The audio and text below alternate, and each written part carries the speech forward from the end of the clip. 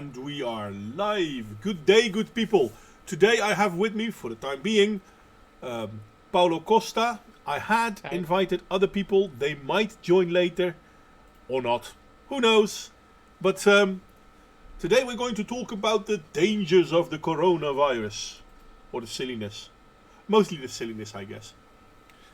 And, well, let's have some banter going on so we give people time to join us. At the same time, though, it says we already have 9 viewers. Um, Let me say hi there, Crusader Soul. Good to see you again, mate. Hi there, John. And hi there, Ludicrous. And I don't know how it gotten up to 9 viewers. But we're back to 6 now, so there you have it. Before we start, Paulo, anything interesting you have to share with us?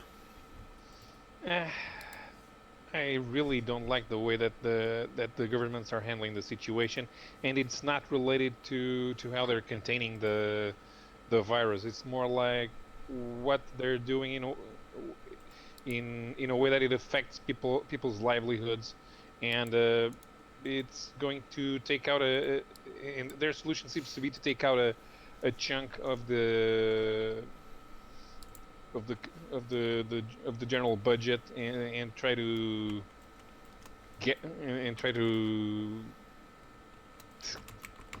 fix the situation by giving money to people for the time that they were forced to not work. Yeah, that's indeed weird. Someone's microphone is producing a very bad humming. Michael Keller, that's probably mine. It's not so much a humming, it's the computer you're hearing. That's one of the reasons why the computer will be replaced soon-ish. I hope it's not too bad, but there's nothing I can do. It's probably one of the fans in the box trying to keep things cool. Quite annoying. And hi there, by the way, Michael. And hi there, Nick. And hi there, Green Badger Outdoors. It's always fun that people start showing up. If 6 turned out to be 9. Well, we're back to 8, so. Yeah. Yeah, it's and hi there, Dark Conservatarian. It's really weird that the governments are. It's almost. That's this old saying: never let a good crisis go to waste. It's Hmm. almost as if they're trying to make everything possible to create. I don't know, waves, interesting stories. It's quite weird. Right. Now we know that the rate of progression in the virus is very fast, and of course there should be ways to minimize contact between people, but uh, the reassurances that the governments need to be making is not so much trying to find vaccines which will not be available for a year or more, but we know that that people are responding well to treatment, and we don't see the governments announcing, hey, we have this treatment that works, and we're being able, we're now able to put people back on the street without any sort of danger to those around them, and those people should worry about getting back to work. I don't see anybody doing that. I see more like nobody go out, nobody work, only essential personnel only, and they don't know exactly what essential personnel means because nobody's defined it. We our our minister our minister of finance, he was comparing, no, our Minister of Economics, sorry, was comparing the situation to wartime economy. That's completely retarded. This in a wartime economy, everybody's working because they're either joining the armed forces or they are being put to work in industries that are necessary for the war effort. Now, in this supposed war, what we have is nobody's working, nobody's producing, and is that is what is actually going to end up wrecking people's lives. You know that when you're at war, you're doing your part. You're being rewarded for it. You can live a daily life without issues. Of course, there will always be limitations, food rationing. But here, what we have is that nobody's producing anything, and which forces the government to intervene, creating special subsidies to make it up for the people that had to go out of to leave their jobs, and which affects mostly not people working for big corporations, because big corporations will always have access to credit to return to their regular schedule, but to small businesses, the the news agents down the street, the cafe you go to, the guy who owns the shoe store. Uh, this is an interruption in their cash flow, and the the solution that the state pays them to stay put is not, it's not going to help kickstart the economy back into normal. No, I have no idea what they plan, but in the Netherlands, one of actually the prime minister was like, "Well, you know what?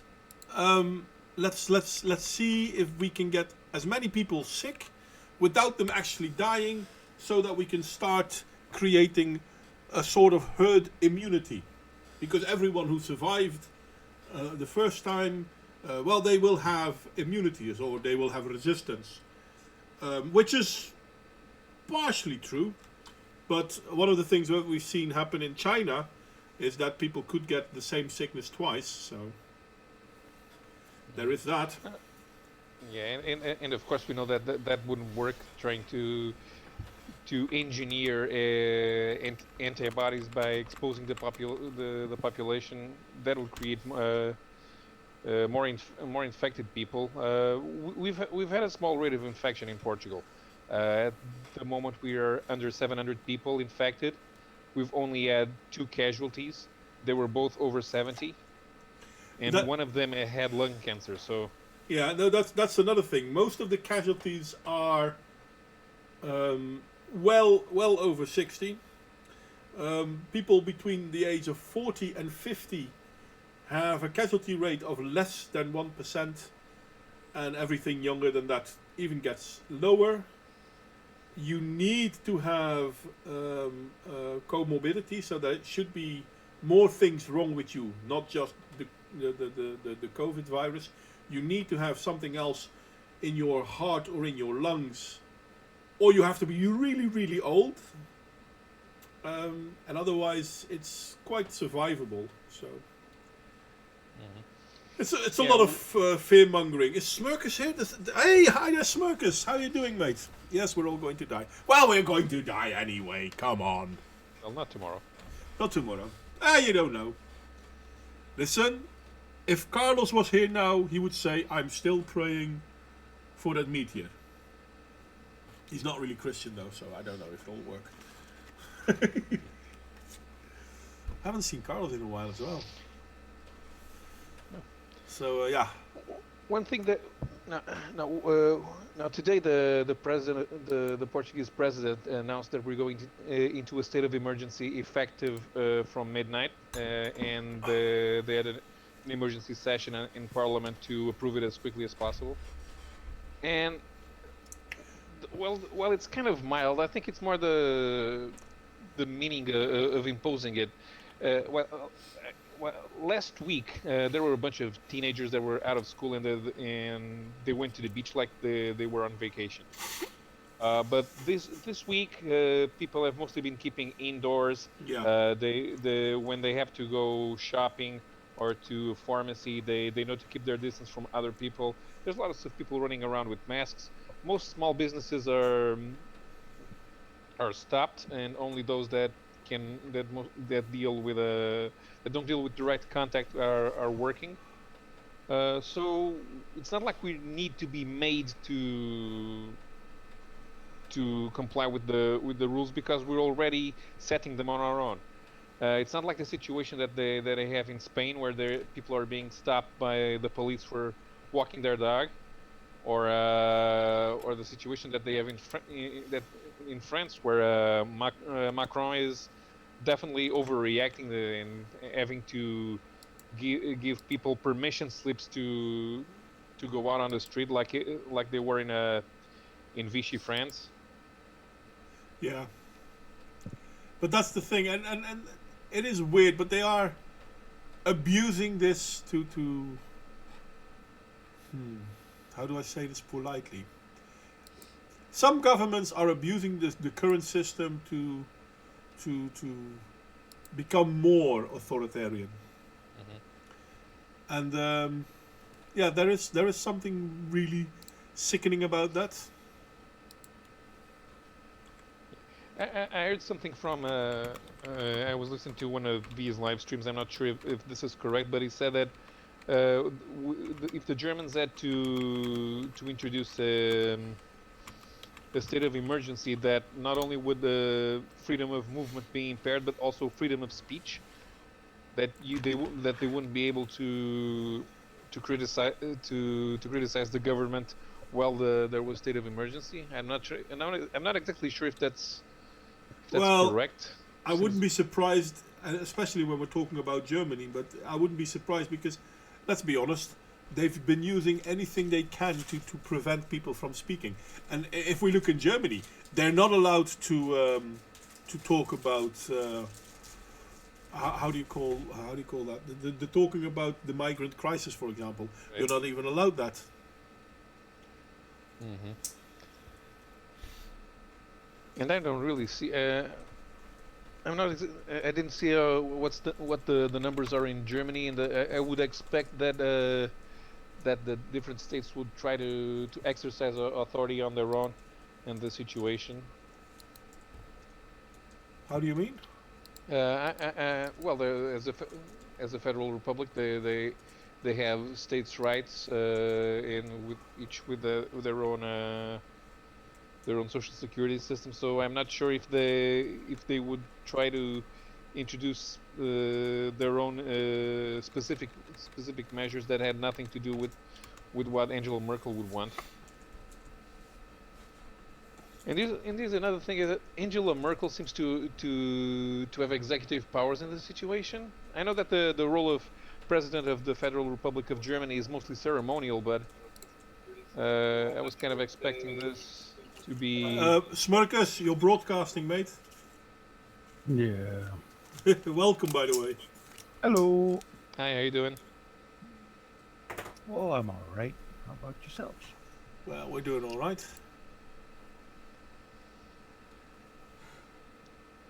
And yes, it's kind of funny because the open border advocate Germany has closed its border.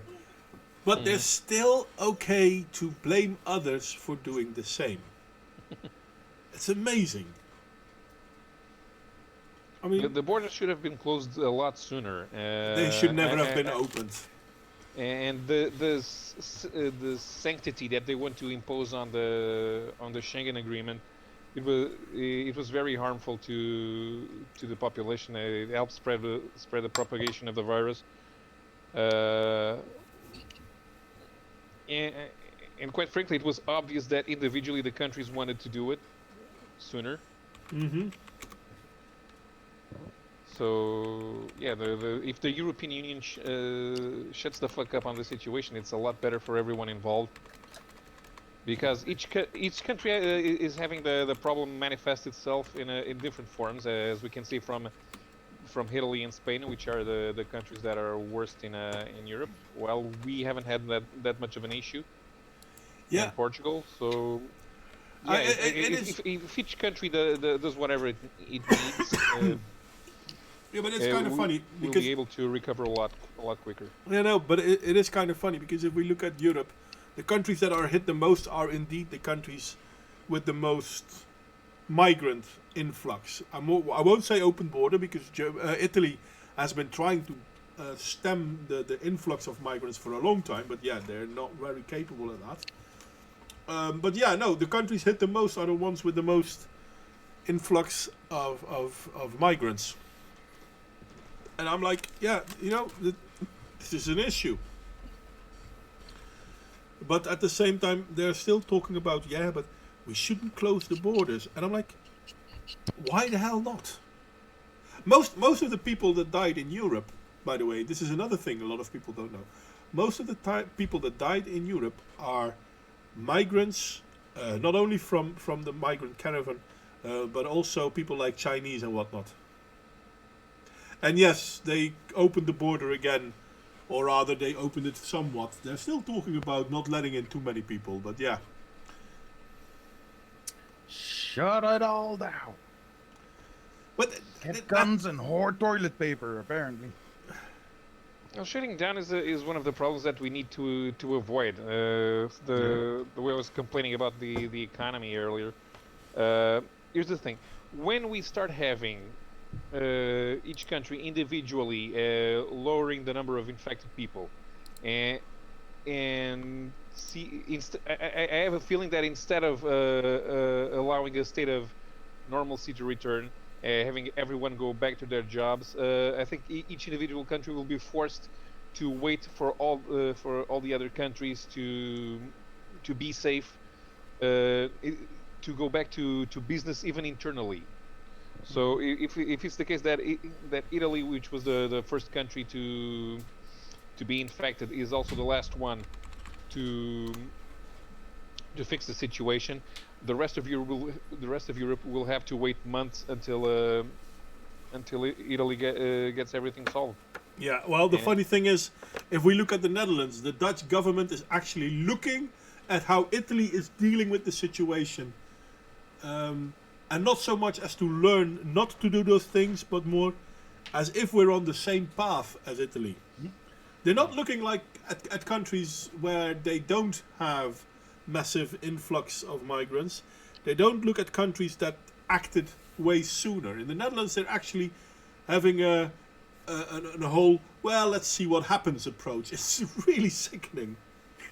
Oh yeah, my buddy's been complaining about it all day, or today and yesterday. He's been all like, "Oh yeah, shut everything down, and then let's all go to the do-it-yourself stores." Yeah. 400 of us at once. But that's the thing, though. I mean, you're telling people not to go to work. You're telling people not to go to school. Guess what? They're not going to sit indoors all day. Yeah, I made a joke like, well, if you can't go to work, you might finally get some work done in your house that you've been postponing for the last 5 years. Yeah, well, this is true for a lot of people. Yep. And let's be honest. I'm not too informed about this whole thing, though, to be fair. That's all right. That's all right. Just, That never stopped us before. I know. It's good to have you back, though. It's been a long time. Mm-hmm. But yeah, no. I mean, we are being scared shitless of a sickness that has not even done the same as H1N1 has. I mean, it's not the same numbers of people affected, not the same number of people dead, and yet we've totally gone aboard with Project Fear on this one. Oh no, it's terrible. Oh, the world is coming to an end. Oh, we need to do blah blah blah blah blah. And it's ridiculous. We have rates of infection in terms of population that are close to what 0.1, 0.2%. Yeah. I mean, so this is not an epidemic. Even if we look at Italy, okay, Italy is the second most hit place in the world. Okay, how many people are sick there? Let's say 24,000. Population is 60 million. Yeah, how many people had? Couldn't it become one then? It could be. Who knows? I mean, there is plenty of reason to be careful, but there's no reason to panic. There was the same kind. Well, it wasn't really the same, but with H1N1, everybody was worried in the States as well, but not as bad as what I'm seeing now. H1N1 was nothing compared to this when it comes to public fear. I mean, No. It was way more deadly, but it was nothing when it comes to fear. It's amazing. But yeah, pointing that out obviously means that you're some kind of coronaphobe. Oh, by the way, people, I'm sorry, I'll not stop calling it Corona or Wuhan Corona. I know that makes me a racist because that's a thing now. People complain about the weirdest stuff. Oh yeah, man. And yes, maybe this is all the plan of those environmentalists. I mean, yeah, could be Well, that. any population reduction is good reduction, right? Yeah, and there were news about how Venice, the canals in Venice were finally pollution for the first time. Oh, you're roboting a little. No, I was saying there was footage about the canals in Venice being clear of pollution for the first time in centuries. Why am I not surprised? Yeah, of course. Yeah, of course. Nobody's producing. Nobody's spending energy. We're burning less fuel. Yeah. Quality. Everything Quality shut of. down, you know. Yeah. I'm not sure if burning less fuel is good for the environment, to be honest. Yeah. It was hot last week, and this week it's colder. No. It's actually warmer here today. It was a beautiful day, I have to admit. We haven't even had winter yet, Mod Wing. God That damn is true. I don't think we will get a winter this year. it. Yeah, I'm pissed off. Anyway, you know, don't let me derail y'all from the subject. Oh, don't worry about that. Otherwise, we'll do it. Normal state of affairs. Yo. But yeah, no. And what Green Badger also says, the media wasn't freaking out about H1N1. But Connection on the YouTubes? OBS seems to have lost connection. Guys, I'm not sure if this happened or not, but OBS gave me a warning that I lost connection and then it restored connection. So let me know if we popped out for a few seconds. Yeah, Ludicrous is saying sound skip. Yeah, well, there you have it. I'm sorry, good people. That's I don't know what happened. It said excellent connection, excellent connection. Oh, we have a problem. Excellent connection. Okay. It's really weird. So that's too bad because we made the most brilliant of points, but I can't rephrase it, so I forgot how to say it now. You should have been there. I'm sorry. One of those storytellers. I just can't explain it, man. You should have been there. You should have been there. Okay, yeah, it was Well, great. I wasn't, so explain this shit to me, alright? Well, in that case, it's just no. But if we look at the way in Europe we're dealing with it now, we're forcing people to stay at home. Small businesses will lose traffic. They will lose their market share, so to speak. And yeah, we're not going to close the borders, so nothing really changes. I mean, nearly all infections. Well, what am I saying? Nearly all. All infections outside of China have come from international travel. Without international travel, no infections. Is it logical to say no one will travel internationally? Well, probably it's not logical to say that. But we could have done something. And we all knew it was coming because they were talking about how this would happen months ago. But they didn't do anything until after after shit hits the fan. And I'm like, I don't get it. They thought about, okay, everybody stay home and don't go to work before closing the borders. Yeah. I mean, we can have internal economies. Yeah. Well, all countries. That I've been talking to are all saying like, well, treat it like war. Food rations. No, it doesn't work because it's what I said in the beginning of the stream. In a war economy, everybody's working. In this situation, nobody's working, nobody's producing. Yeah. You can't treat it like it's a wartime economy. And I'm just like, well, how would that even work? You know? All these people need to go to their fucking work, right? get Yeah. money. Otherwise, go homeless. All that shit. Sorry, I missed a bit of the stream.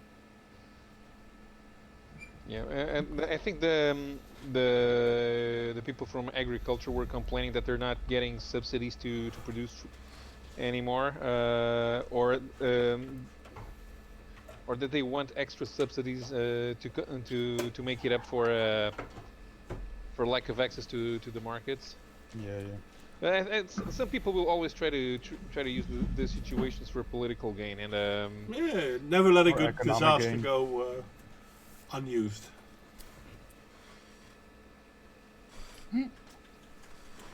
Silly woman.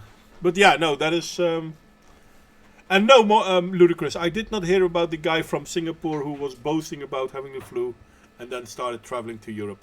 But I do know that other people have done the same. And I've heard a story about in Italy how Chinese people were standing out in the street to hug the Italians to show that there's nothing wrong with them. And Italy is now by it far. doesn't matter that they're Chinese or not. You should not hug people in the current in the Yeah. current situation. Well, but the current situation hadn't happened Oh, yeah. in Europe yet. Hey. And that's the thing. Most of the people that died in Europe from the coronavirus are migrants, be they from the Middle East or from China. Yeah, Michael, you didn't want mod rights. Come on, man. Ah, always the here same we with go these again. people. Always the Give same. him a spanner. Oh, you spanner. Oh, come on, bloody. Did you force a spanner on him before? No, I didn't, but he didn't want it anyway. So, so annoying. See, this is why we spanner people that are steady guests, because we don't want to stop them from speaking their mind. Oh, for fuck's sake! That's a lot of work, Michael. Come on. Speaking of steady guests, hello everybody. Hi there. Oh, Oh, Yep. hey. You're late, mate. Yes, I know. am I I. said that I kind of said that I would be late, mostly because I would probably be in the shower by the time that you guys start, or just coming home. But hey, you know what goes great with coronavirus? A lime. Lyme disease, yeah. Da-da-boom. So yeah. It's a meme that I saw like in the very beginning of this year when it hadn't even reached the shores of the U.S. yet. People were hearing about it, but hadn't made contact yet. So But yeah. I'm pretty much on board that it's just being over-exaggerated, all the numbers and whatnot, or all the hype around the deadliness of coronavirus. Well, Mostly because it's like a new virus that and just it's fear of the unexpected, or fear of the unknown, more precisely. Well, it is deadly. I mean, I'll not say it's not deadly, but at this moment in time, it's not coming close to H1N1. And H1N1 had far more. Another big difference is this virus is especially deadly to old people and people with health problems. But when we look at H1N1, that was mostly deadly to young people. Healthy people still massively died from H1N1. But nobody seemed to care then, and now it's all of a sudden a big deal. It's because society is run by a bunch of boomers. No. Oh, I'm sorry. You're correct, John. you mean idiots?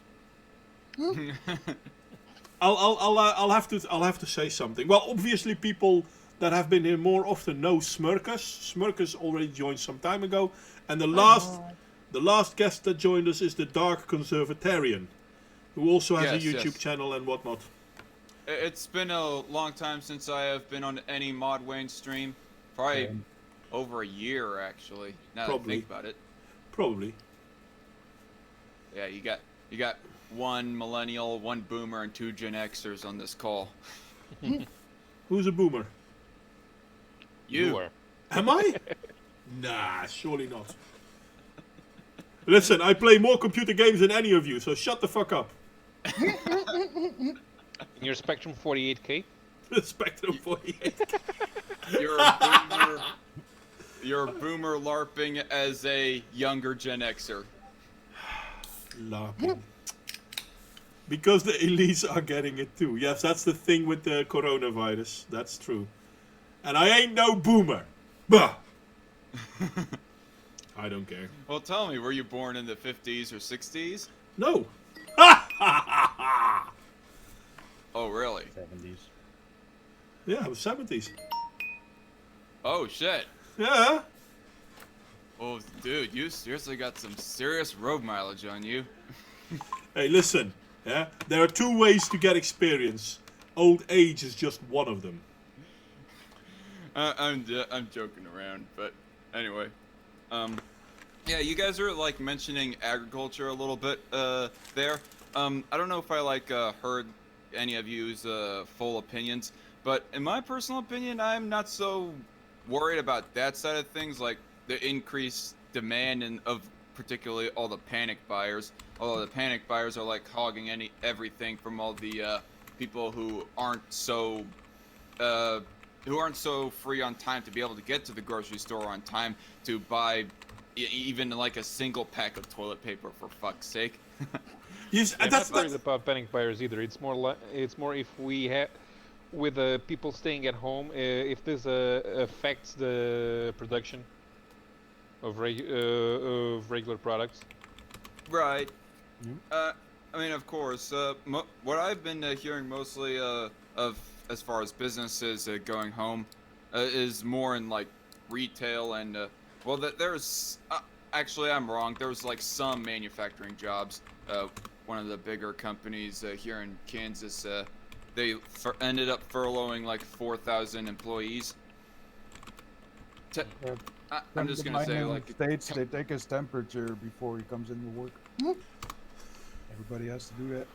Yeah, well. Yeah, we shut down the Volkswagen plant, which accounts for 2% of Portugal's gross national product. So that's the economy taking a hit. Yeah. So yeah, there is that. And I wanted to say something else. Right but now, obviously... I live in a harbor town, and my dad went out to get some fish today, and he said that most of the fish market sellers are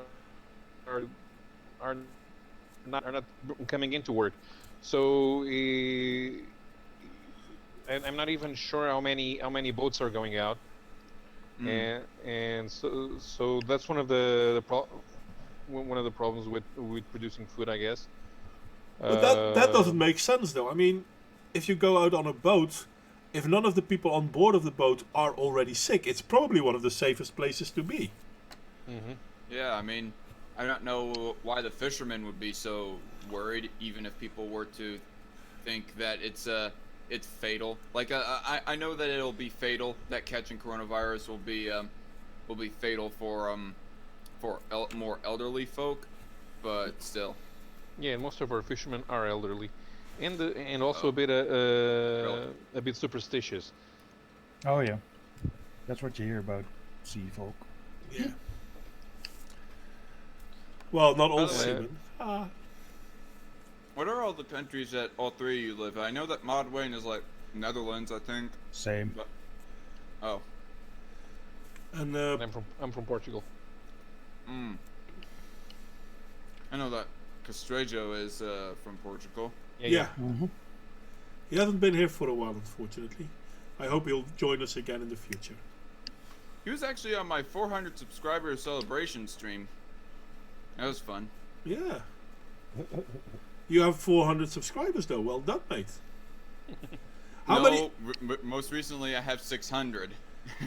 Well, you're growing a lot faster than I am, then, because I'm stuck at 600 for nearly a year. Yeah, give Modwin a shout out. So, hence my pushing my. I hope my ticker at the bottom of the screen isn't too annoying to people. I haven't heard anyone about it, actually. Yeah, it just fades out. And if any of you hear something from my end, it's probably me chewing because I'm having dinner at the same time. Right. Well, you know what? You ought not to drink with that, right? Yeah. I don't want to drink the Corona to catch the virus. There are actually people who believe that bullshit. Now, it's not a lot of them, but there were people. I mean, I can remember that. Sorry, go on. I think it was like 30% here in America. Yeah, they stopped. Yeah, they stopped. They stopped buying it or ordering it, and they lost actually quite a share in their business because of it, just because of the name. For fuck's sake, that's really stupid. That's the epitome of stupid. Oh, coronavirus. Oh, it's a beer. Well, can't have the beer then because it's a virus. No. But yeah, It's alcohol. Alcohol protects you. maybe a little bit, but then you have to swim in it. Actual, well, okay. I thought he was meaning like drinking alcohol would like repel the COVID-19, but apparently from what I've read so far, it doesn't help to like repel the disease. No. Drinking alcohol. No, No, it doesn't. It doesn't. Because it stops all. It reduces your metabolism. So It's basically drinking alcohol doesn't prevent lung infections, so to speak. And this is an illness that goes for your airways, just like flu actually. So yeah, you can't prevent a flu from drinking alcohol by drinking alcohol. Then again, I mean, you can't prevent a flu by drinking alcohol. Okay. But once you are sick, it might make it last less long. But yeah, the word is might. As soon as I find out I'm sick, just drink a straight shot of whiskey. This is back in the days. For the hell of it. Back in the days. Doubles. Back in the days, people used to drink grog, which is basically rum and beer and lots of sugar. Which is weird because, in all fairness, rum is made from sugar and alcohol is a pretty sugary drink as well. But yeah, there you have it. You know, it would be convenient if it was the case that it would like help build up your immunity to diseases or to clean out whatever diseases that you have in your system anyways. But unfortunately that's not the case. Did you guys know that Pennsylvania, one of the states here in the US, that they have like banned, that they have forcefully shut down all liquor stores? Why? Why? Lol. Freaking paranoia. I just know that it's a thing that I read. I do not know exactly. It's because they want to like prevent the spread. That's the alleged reason, anyways. But I do not know of why, if they have like any ulterior motives or anything like that. People don't loiter around liquor stores in the U.S. I think, right? Yeah. I mean, I've seen like an occasional bum here and there. Well, actually, they hang out more at the gas stations than the liquor stores. From what I observe, but no, it's not even like the private sector determining for itself. It's the state itself that was forcefully shutting down all liquor stores, and it kind of like in the same way that San Francisco has put a lockdown on itself, and most recently here in my city, Wichita, we have like a ban for any and all private events that have more than 50 people. So there's a 50 people limit for private events that you want to arrange. Over that amount, it's illegal. Okay. A rise in tyranny. Oh, Toxic Threads in the chat. Hi there, Toxic. That's Hey. I did send an invite to you too, Toxic, but you don't seem to be active on Skype. No, not Skype. Twitter at all, are you? But that's okay. They also tried shutting down all the coffee shops here. That was fun. Lasted only a day. Yeah, but people were standing in line for one time, and I'm like, dudes, seriously. Did you say that they were standing in line for at At coffee did you say shops. it's coffee shops? Yeah. Yeah. There's like usually a limit now, like 3 or 4 people can only be in the shop at the same time. Which was, I mean, there were lots of coffee But shops. it sparked up such a massive fucking street trade of weed that the government was like, okay, we gotta reopen the shops. But in all fairness, most coffee shops have a three-man maximum anyway. The one that I go to has a maximum of 4 now. So Wow, yeah, you guys must have some small ass coffee shops. But then again, Netherlands is a small ass, pretty packed country. Kind of depends on the I'm- coffee shop. There's really massive ones where you can hang out and chill and watch movies and shit. And then there's ones that's like barely a bar yeah. where you just No. get your weed and you get the fuck out. Yeah, that's what I wanted to say. Coffee shops don't really sell coffee. No, it's the weed shops. It's- Well, they do sell coffee. Well, some of them do. But you go there for weed. Is But yeah- weed like officially decriminalized in the Netherlands? No. Officially, Condoned, isn't it? yeah, it's condoned. Officially, it's still illegal, but the police don't really care about it.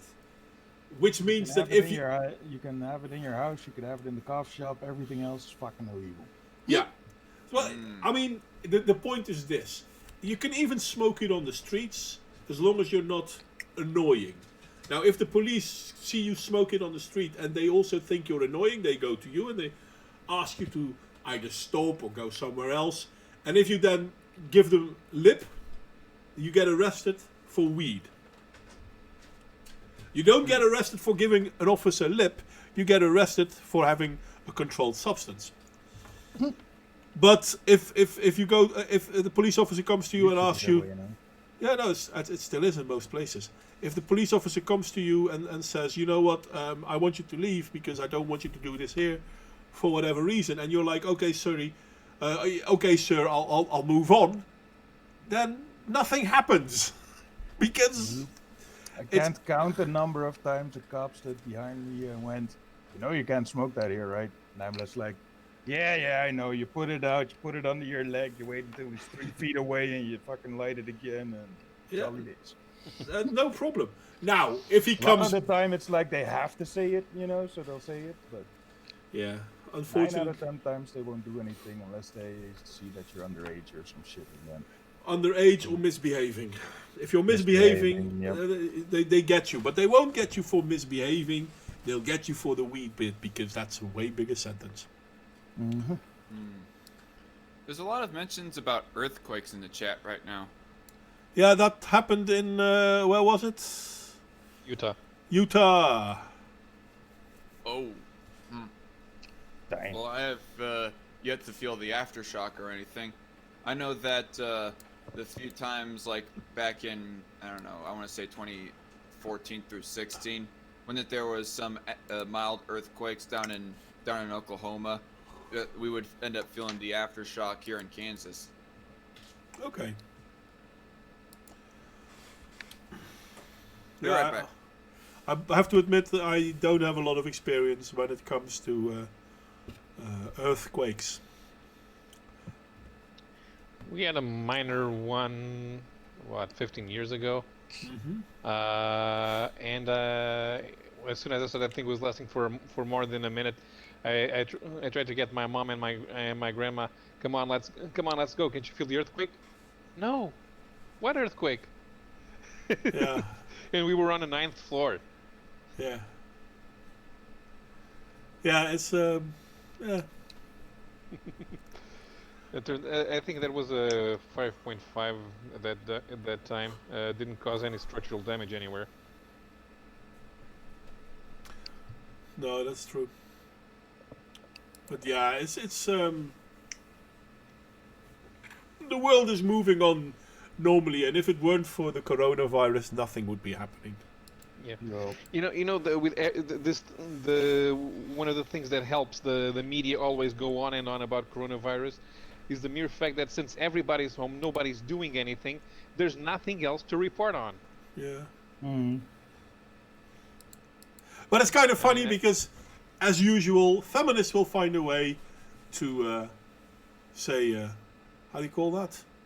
Well, nonsense. I mean, there was this how do you call it? Fashion show in. I'm thinking Paris now. I can't remember, but yeah, people weren't allowed in, so it was all just with cameras, and a feminist. How do you call those things? Designer. And she's clearly a feminist, so she had a whole show about how women need to stand up and how the world, half of the world is sort of women hold up half the sky and that sort of bullshit. Which is not really true, but okay. There are women holding up the sky with the rest of us, true, but We all play our part. yeah, some play a little bit harder than others. But yeah, no, we all have our parts. But yeah, no, women hold up half the sky. Yeah, okay, you know what? Which women are that then? But yeah, the usual feminist rhetoric. And there was another woman that was like, okay, you know what? We're going to hire porn stars. Feminist clothing designer hired porn stars, which I don't care about, but it seems a little bit weird that feminists are all about stopping grid girls from working and those boxing babes because that's too sexist. But hey, you know what? We're trying to sell clothes, so let's get a few porn stars in them. It doesn't make sense. Nothing much to do with Corona, I have to admit. But yeah, it's still fucking weird.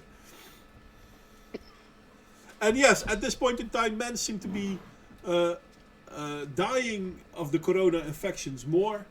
But obviously, we need to look at the women. Mm-hmm. They actually, there was, I couldn't re-find it. I saw this article 2 days ago, and I've been looking for it, but I can't find it again. There was this article about how the tests of the coronavirus show women are less likely to be infected, and therefore the test must be wrong. Even though we have already seen that men are dying and are more likely to catch the disease than women. So the test might not be wrong, it's just that women aren't affected as much. But obviously that can't be right, therefore the test must be wrong. It's quite annoying. But by the way, if I was to argue for devil's advocate for all the pessimists about coronavirus, what do we know of the numbers in comparison to other flus, in comparison to coronavirus for the first 3 months that they happen? Let's take H1N1 for example. I have some information on that. I do. So let me see if I can find it, because I had the website open for the longest time and then Google decided to kill all my websites. Because all my tabs. If we could find out the amount of deaths that happen within the first 3 months or even per month, that would be a little bit more accurate because excuse me, some of us are still in the beginning. We're still in kind of the beginning phases of having coronavirus infect our countries. Well, it's double, because at one point it seems that it has a higher chance of dying than the normal flu, but not per se higher than, for example, H1N1. I've mentioned that one a few times. Oh, fucking hell. I thought I read this one article that was talking about the percentage rate for deaths from the regular flu is 0.7%, whereas COVID-19 is 2%. That's well, that's over 3 times or almost 3 times the amount of chance, but it's still very marginal. And yeah, actually the chance of dying for normal flu is, what I last said was not 0.0, but not 0.7, but 0.02 or 0.03 or something like that. It's really small, but yeah. Even though people keep saying the coronavirus is highly infectious, it doesn't come close to a normal flu. Mm-hmm. The normal flu is as of yet far more infectious than the coronavirus. So yeah, there is that. And because of that, we can What does that now... have to do with the death rate, though? Well, if 1 in 10 people die of one thing and 1 in 100 people die of another thing, but out of the 1 in 10 there are only 1,000 people sick, but the 1 in 100 there are 100,000 people sick, then the 1 in 100 still scores more death than the 1 in 10. Right. Okay. Yep. So Got it's that's the difference between looking at things like percentages and raw numbers. The raw number I death. missed this. Being confused, asking questions. Okay, I get it. You're welcome to ask questions, mate. You know I always enjoy it when you do. But yeah, no, there is that. And let's see if I can find a bloody image, because I had an image, and it was really great, showing the on scale the sickness, so to speak. Oh, I might have found out as to why that my YouTube downloader is not working on Mozilla Firefox. I'm trying to like see where I can find my history. I'm trying to like find the article again that I was talking about earlier. Oh, history. Dang it. Yeah, a lot of my history seems to have gone. I had a lot of stuff open for research and whatnot, and I can hardly find half of it back. It's quite annoying. But even if I look in my history, I can't find it. I don't understand. But there you have it. Okay, now we're going to do this. Open. Looks like I haven't like looked at a whole lot of articles at all yesterday. Last 7 days. It's quite lengthy. My history here. Okay. I just realized something. Now that nobody can protest in France, the yellow vests actually have to go home now. Yeah, but they I just haven't. heard that the yellow vests are still going strong. Yeah, they. Well, now they can't because of the coronavirus. Yeah, they don't care, and Think they give a fuck? they're still out there, mate. But don't worry, most people wouldn't know that they're still out there because the media doesn't tell us. But yeah, they're still out there. That's okay. The police are too busy going after people walking their dogs. Yeah, that is true. Did I mean that article, Michael? Let me see. I don't know. Come on. I'm trying to do too much at once. It could be that one. But I don't think it was that one. Because the article I read was specifically stating that it was wrong because it didn't see enough sick women. And the article you just provided is people complaining that some people might still be sick even though the tests say they're not. So I don't think it was this one. It wasn't the BBC, to be honest. I know that much. Let me show you something else. What I wanted to show you though. Come working. Tra la la la la. Where are you? Screen one. Up, Son of a bitch. What? I'm not finding it. The article that I was trying to talk about. Jeez. Well, I linked, and people in the stream can already see it. No, they can't. Well, they can when I'm talking, obviously. But the history of pandemics, and a pandemic of disease prevalent over the whole country or world, because obviously people don't know what it means. But if we then look at some of the sicknesses, and it got the number in a color and the years in front of that. So yeah, I'm not going to look at anything that's older than 100 years. So let's move away from those.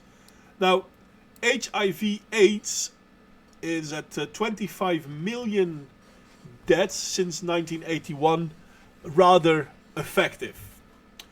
The Asian flu, and yes, they called it an Asian flu, in 1957 scored 1 million, as did the Hong Kong flu, 1 million. SARS, not that much, only about 770.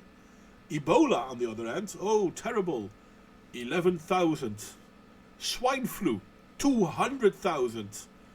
And the coronavirus, at the moment of the making of this article, was at 4.7k. If we're going to say it's going to explode exponentially, then the coronavirus could overtake the swine flu. But seeing how the numbers are dwindling in China, and let's be honest, China isn't the most perfect example of how to deal with the situation in a correct way. It already seems to been over its high point there. No, So- in fact, there's like I have to actually read into this, but there's an article shared to me talking about as to how they're trying to hide a story about how coronavirus ended up spilling out of a lab of theirs. Yeah, that's an old story. Rather, that was quite fast after, even before the coronavirus made its way to Europe. That story was already out. I can remember the memes because the company that is responsible for the leakage and the biohazard stuff had an emblem which was very much like the company from, I think, Half-Life. I think it was Half-Life 2. You had that emblem of the umbrella-like cross. No, that's Resident Evil Umbrella Corps. Oh, okay, that one then. And the emblem of this Chinese company was almost the same, but instead of being red and black, which was the colors from the game company, this one was green and black.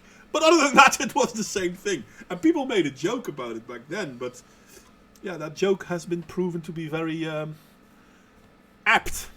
Who's laughing now, huh? Well, not the dead people, that's for sure. Too soon? Nah, not too soon. So yeah, no, but if we look at this, it's not a huge problem, but we are being told it's a huge problem. I can still remember the scare we had with Ebola. Oh, terrible. Oh, everyone's going to die. Oh, once it reached Europe, once it reached America. Oh, and it did. And nothing happened. And SARS. Oh, well, no, terrible. SARS. Well, in the end, it wasn't a big deal. Now, obviously, the coronavirus has already outpaced SARS. So, yeah, sure. But are we now closing the borders with certain countries because AIDS? No, we're not. See, there you have it. Yeah. So the thing is, it's maybe it's a pandemic, sure, but yeah, Resident Evil Ludicrous Smirkus already corrected me on that one. And it's Nerd. Yeah, I know. your words, mate, not mine. I never really played Resident Evil. It wasn't my kind of game. I've seen all the movies. Multiple times. Yeah. Like, when you're bored, it's like, yeah, I'll watch it again. I'm playing a game, but in the meantime, I'll put on a movie. Yeah, pretty much. More listening to shit than actually watching stuff. Yeah, I know that. I recognize that. But yeah, no, I mean, if we look at how AIDS is doing, and AIDS is actually a disease that you can prevent by behavioral steps. But in America, if you Don't fuck 'em. yeah, for example, but in America, if you willingly and on purpose give AIDS to someone, yeah, that's not even a misdemeanor. I mean, it's not nice, but the law doesn't have to get involved. But oh yeah, coronavirus. Oh, I'm not so sure of how that is in other states, but in California, I know that they have like lifted the punishments for if you were to like knowingly Yeah.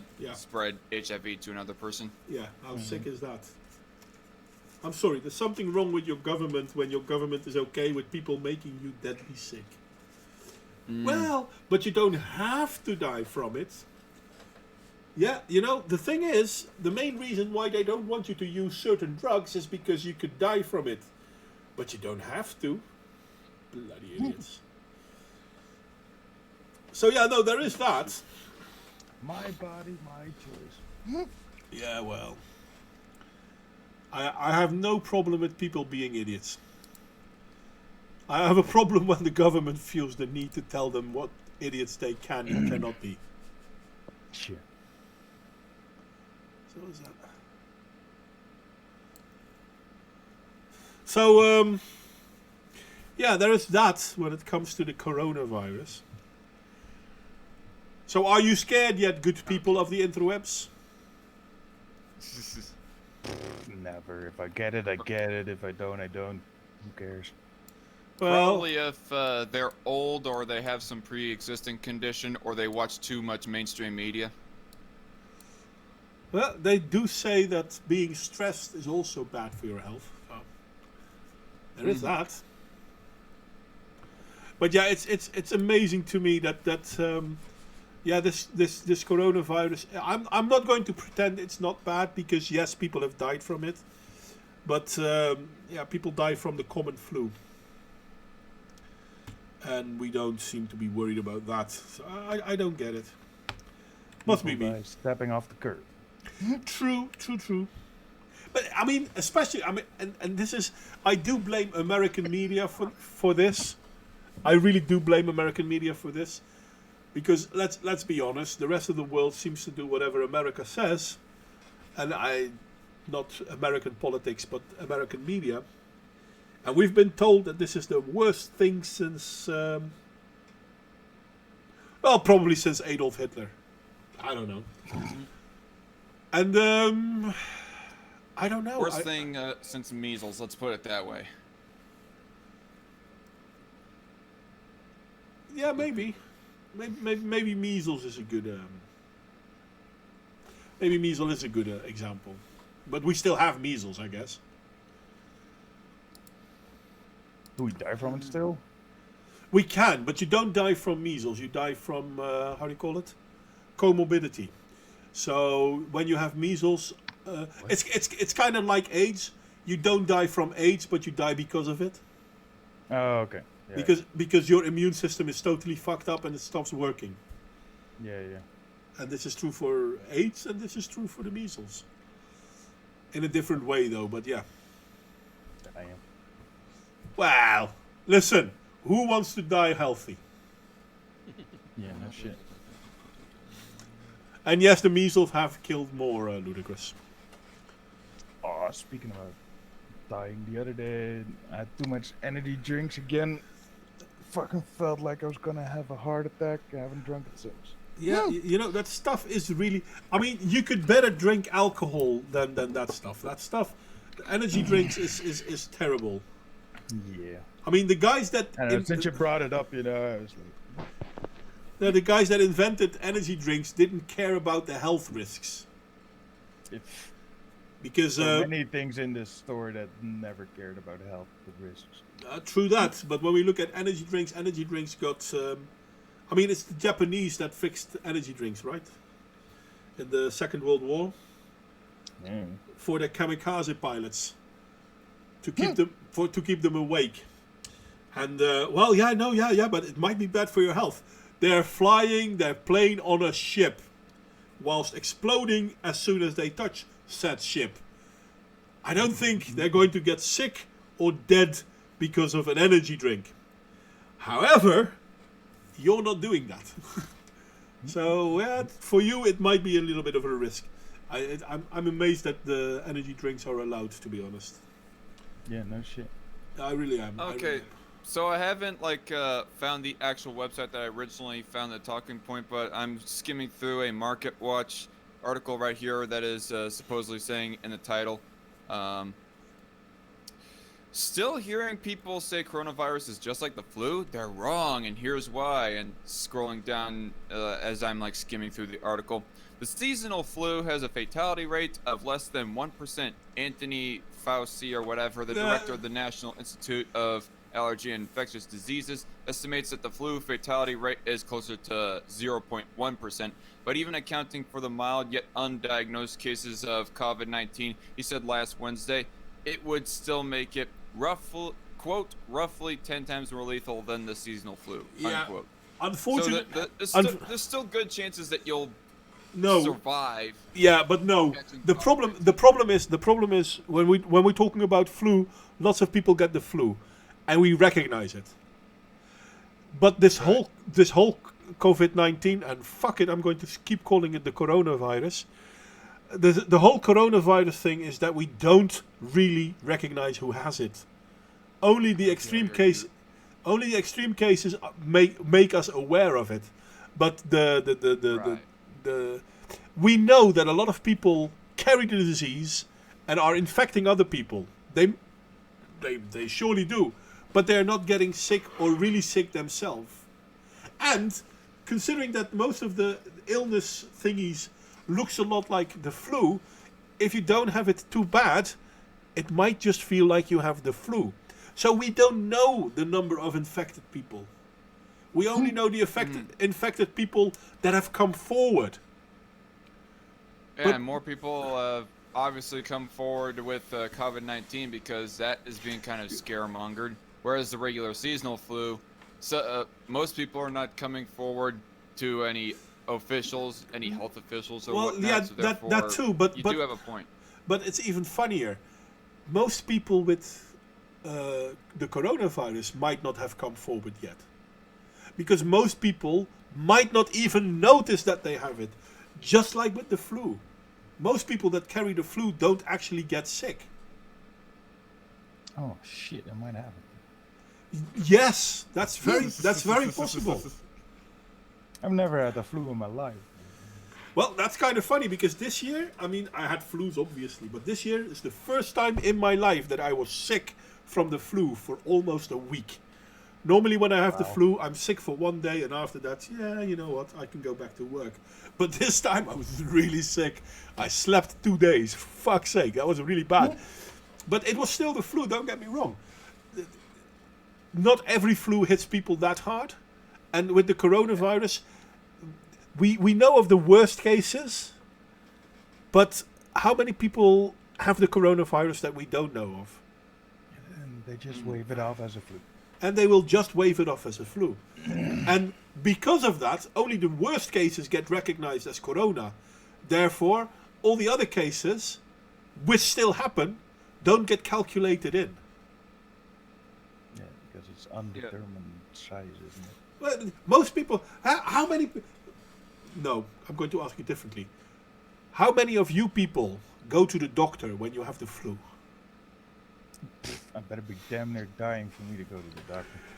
So this is true for most people. Hell, I don't even go to the doctor for a flu unless it's really bad. Okay, this year I went to the doctor because of my flu, because it was really bad. But, and I'm on a risk group, so I actually should go to the doctor every time I have the sniffles. Fuck it. Now, do you think it's really different with the coronavirus? Mm-mm. Most people haven't gone to the doctor with the coronavirus because they're not really that sick. Yeah. But we don't calculate those in. Just self-quarantining. Maybe, or just take it easy for a few days. Come on, what do you do when you have the flu? Well, I don't know if I have officially caught the flu, but I have caught some very bad colds, and I've only called sick off of work only twice throughout my entire time of working. See, this is true for most people. You don't call in the brigades just because you have the sniffles. Yeah. And how many? You know, it's going to suck too because with everybody's paranoia and spring is right around the corner. And I've had seasonal allergies before. Yeah. It's going to suck if I get all sniffly and sneezy and start blowing mucus into a tissue and whatnot, people are gonna say, "Okay, go home. We don't want you to spread around the coronavirus." Yeah, but that's the whole thing, and this is why I showed you the thingy I showed earlier, because that merely talks about people dying from it. It doesn't show you how many people were infected by it. But if we looked at the swine flu, shit, swine flu was very powerful. I mean, at a certain point in time in the Netherlands, about 1 million people had it. Really? I never Yeah, heard about it. I did. My brother I was actually living- went. I was living in the States at that time. Oh, okay. My brother actually went to hospital because of it. He really had it bad. Damn. Yeah, he can't remember 2 days of his life because of it. He survived though, mind you, never mind. But most people had it. But not most people went to the hospital for it. And that's the whole thing. So there's probably a lot of people with coronavirus at this moment that, Feel they're, fine. they're sick, but they'll manage. It's not a big deal. But we don't hear about those people. We hear about the people that die, which is terrible enough, don't get me wrong, especially for the family of these people. And I don't think it's a nice way of dying, don't get me wrong. I'm not trying to knock it or downplay it. But man, this is so stupid. There have been illnesses like the coronavirus that have been far more effective, and we shrugged it off. And now it's big deal. You know, speaking of like the measures that people are taking, like moving away from the actual sickness itself, have you guys heard about Trump like giving out I think it's like $1,000 per person here in the States for the next 2 weeks anyways? I need to move to America, for fuck's sake. I don't know what exactly it is, but it's for all those that are like being furloughed off, being laid off because of business having to shut down to prevent spread of the COVID-19. Well, I don't know. I mean, I can understand that you want people to have money in your country. You want to keep the economy going, I guess.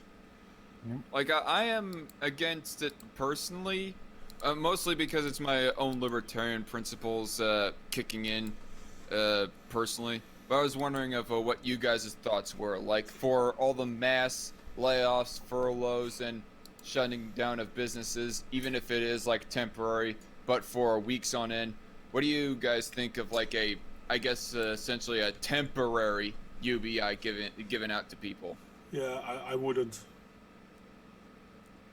I mean, it's going to be expensive as fuck.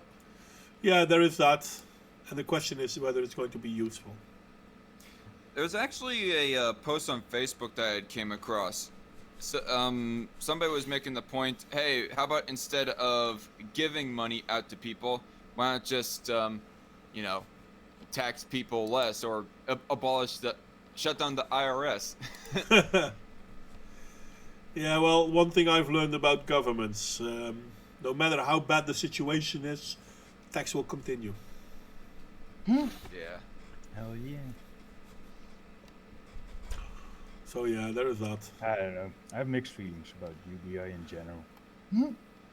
It's like we're not at a point where we actually really need it. And by the time we need it, shit shouldn't be worth anything.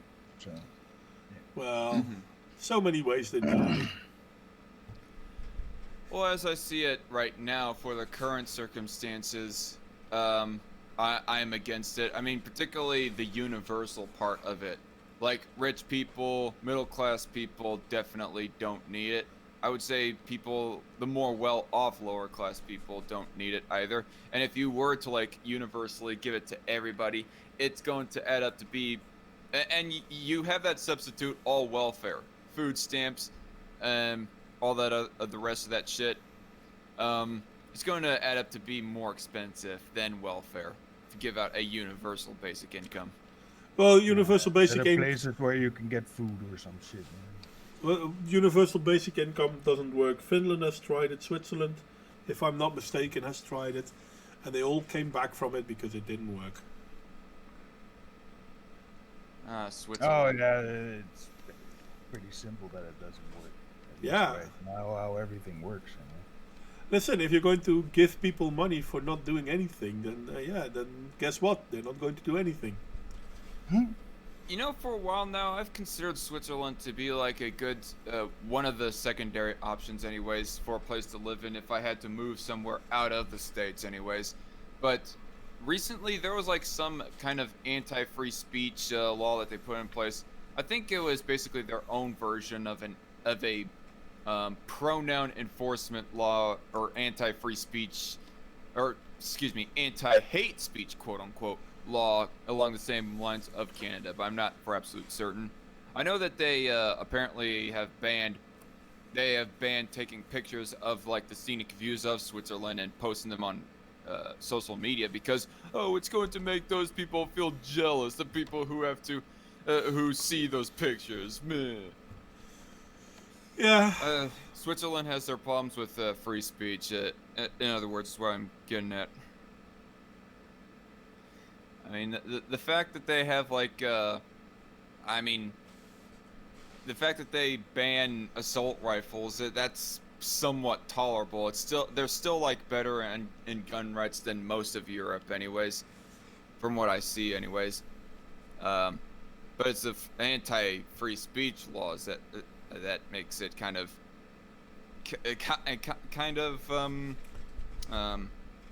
puts a person on edge to whether or not they want to move there. Is Well- it weird that I'm not surprised in the slightest About? any of this anti-hate speech stuff happening anywhere in the fucking world? Yeah. No, not really. We're going into. Like, oh, hey, another one bites the dust, I guess.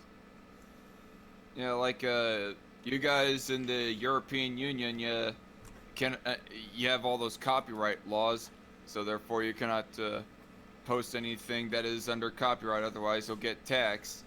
Falls under copyright. Well, most. That's not true. that- That's not how it works. No, it's not. And in all fairness, the copyright laws in America are even.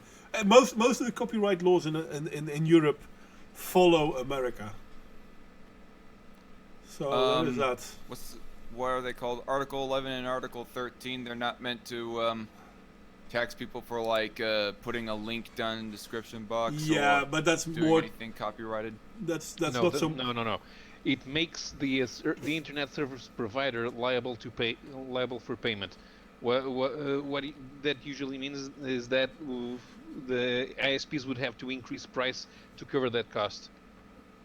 Yeah. Oh, so they would not be directly taxing the people doing it, but they're going to tax the ISPs that Yeah. are going to raise their And- Well, costs. the on their ISPs already function as a cartel, so they don't need much of an incentive to raise prices.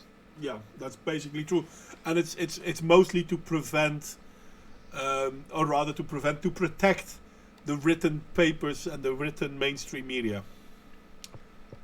Yeah, the thing is the one they should be going after is actually Google Yeah, or Facebook. and that's the ones that they won't touch. It's just to it's take away their subsidies. well, that too, but no, more than just their subsidies. It's the Facebook and the Googles are Facebook and Google are the ones that are preventing what could be seen outside, and at the same time trying to get people to get to free stuff where instead of having to go to the paid server. It's all rather messy, to be honest. So I the didn't mean Article to, 11, like- Article 11 and Article 13 are a mess, but let's be honest. The copyright laws in Europe are following America. In this, they actually went one step further, but on average, Yeah, I did not mean to like devolve that much away from COVID-19. yeah, it's okay. I think we've said all that has to be said anyway. Anyone else Yeah. want to add something on the whole coronavirus? And I know he keeps calling it COVID, but he's American. What does he know? Well, that's what I understood to be the more scientific name of it, anyways. But yeah, coronavirus. How dare you call it that? You're racist against Mexicans. Chinese, not Mexicans, Chinese. Well, corona. I don't know. I No, do no, not no, know where that the root of it's- the racist accusations was. The root of the racist accusation was not corona. The root was that it was the Wuhan. Chinese, the Wuhan virus or the Wuhan coronavirus. The Right. corona, it's a coronavirus because it's the type of virus. I mean, you have different coronaviruses, like SARS. SARS was a coronavirus too. The common cold is a coronavirus, as far as I've been told. I'm not a biologist, so. I Is have it, to- what's it more officially called then? Wuhan flu or Wuhan virus or what? Well, people called it the Wuhan virus, yeah. Okay. And COVID-19, I guess. No, COVID-19 came later. I think that happened, what, 2 weeks ago, a week ago? Not sure. Yeah, me neither. Not sure. Although I guess I will say that I heard the term coronavirus before I heard the term COVID-19. Oh, yeah. Because everyone called it the coronavirus. And then all of a sudden we can't because- call it that. It's because it was named after a beer. Or, I guess not technically named after a beer.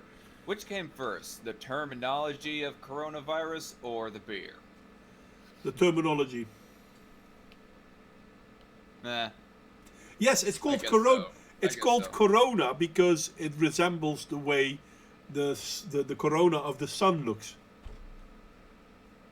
That's why it's called coronavirus. It looks like the sun with all the flares. All right. That's where the name comes from. That's And- interesting. And that's a little bit older than the beer. I mean, I think they called the sun Corona, in the 1600s already?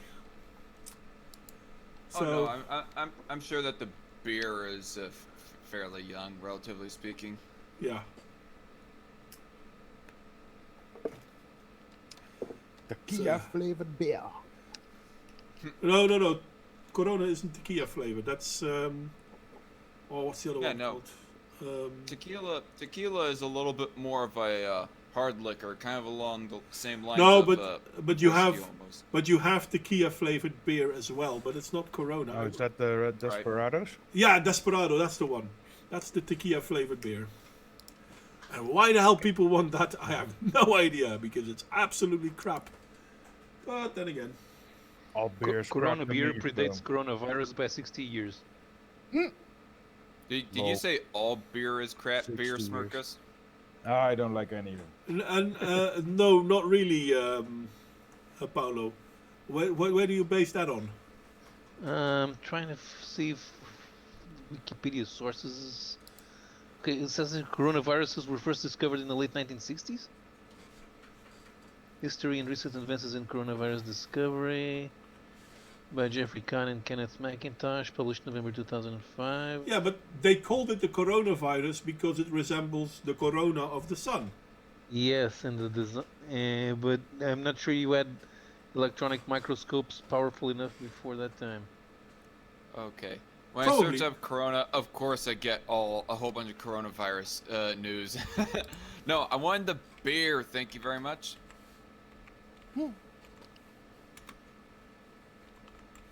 Just trying to find out of curiosity of when it was produced. Wikipedia can help with that. Okay, the history of human coronaviruses began in 1965 when Tyrrell and Bino found that they could passage a virus named B814. Mm-hmm. But again, they called it the coronavirus because of the way it looked. Yes, but they didn't know how it looked because they didn't have electronic microscopes before. I think they did at that time. Wait, when was this? 1965. I I'm not sure of when it was invented, but apparently 1998 was when that Corona started becoming an import of the U.S. Right, but the beer exists in Mexico since 1926. since Yeah. 19. Oh. In Spain, the beer is branded as Coronita literally Little Crown, as renowned winemaker Bodegas Torres has owned the trademark for Corona since 1907. The packaging is otherwise unchanged. In the United Kingdom, Canada, Australia, and the U.S., smaller 210 milliliter, 7-ounce bottles of the beer are also branded as Coronita. Coronita. Coronita. Okay. Sounds. It sounds like Corona's female cousin.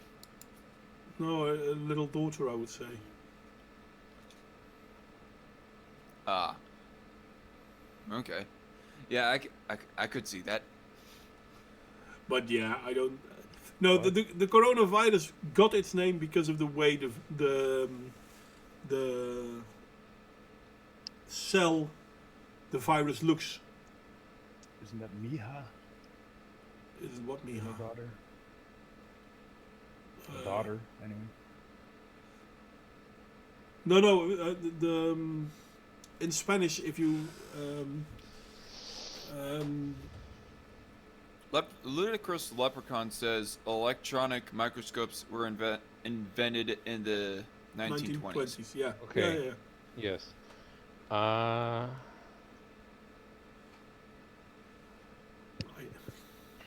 No, and it's if you have terms of endearment in Spanish, if it ends on ito or ita, it's usually for a kid. But Paolo should be able to say that too, right, Paolo? Yeah. We have it in Portuguese too. Yeah. So, for example, Pepito could be a boy, Pepita could be a girl. So, Coronita would be a girl. You know, something that Carlos told me in back on my 400 subscriber celebration stream is that apparently Portuguese and Spanish hate each other. Yeah, we hate each other. Well, I can understand that because Spain has created rather a problem for the Portuguese from time to time. Yeah, It usually had to do with a in the monarchy. Your roboting, mate. I don't think anyone heard what you said. No, it usually had to do with a succession crisis during the monarchies. Okay. Goes all the way back to 1095, I think. That's very Green possible. badge. That's a long time to hold a grudge. And we were still Portugal was still a county back then. Yeah. Yeah, because I know on stream that I kept on pronouncing Carlos's last name as Castrello instead of Castrello. No, And Reckless Trucker kept on insisting that kind of pronunciation as well, and Carlos was all like Castrello. no, Castrello. we pronounce the J like the French do.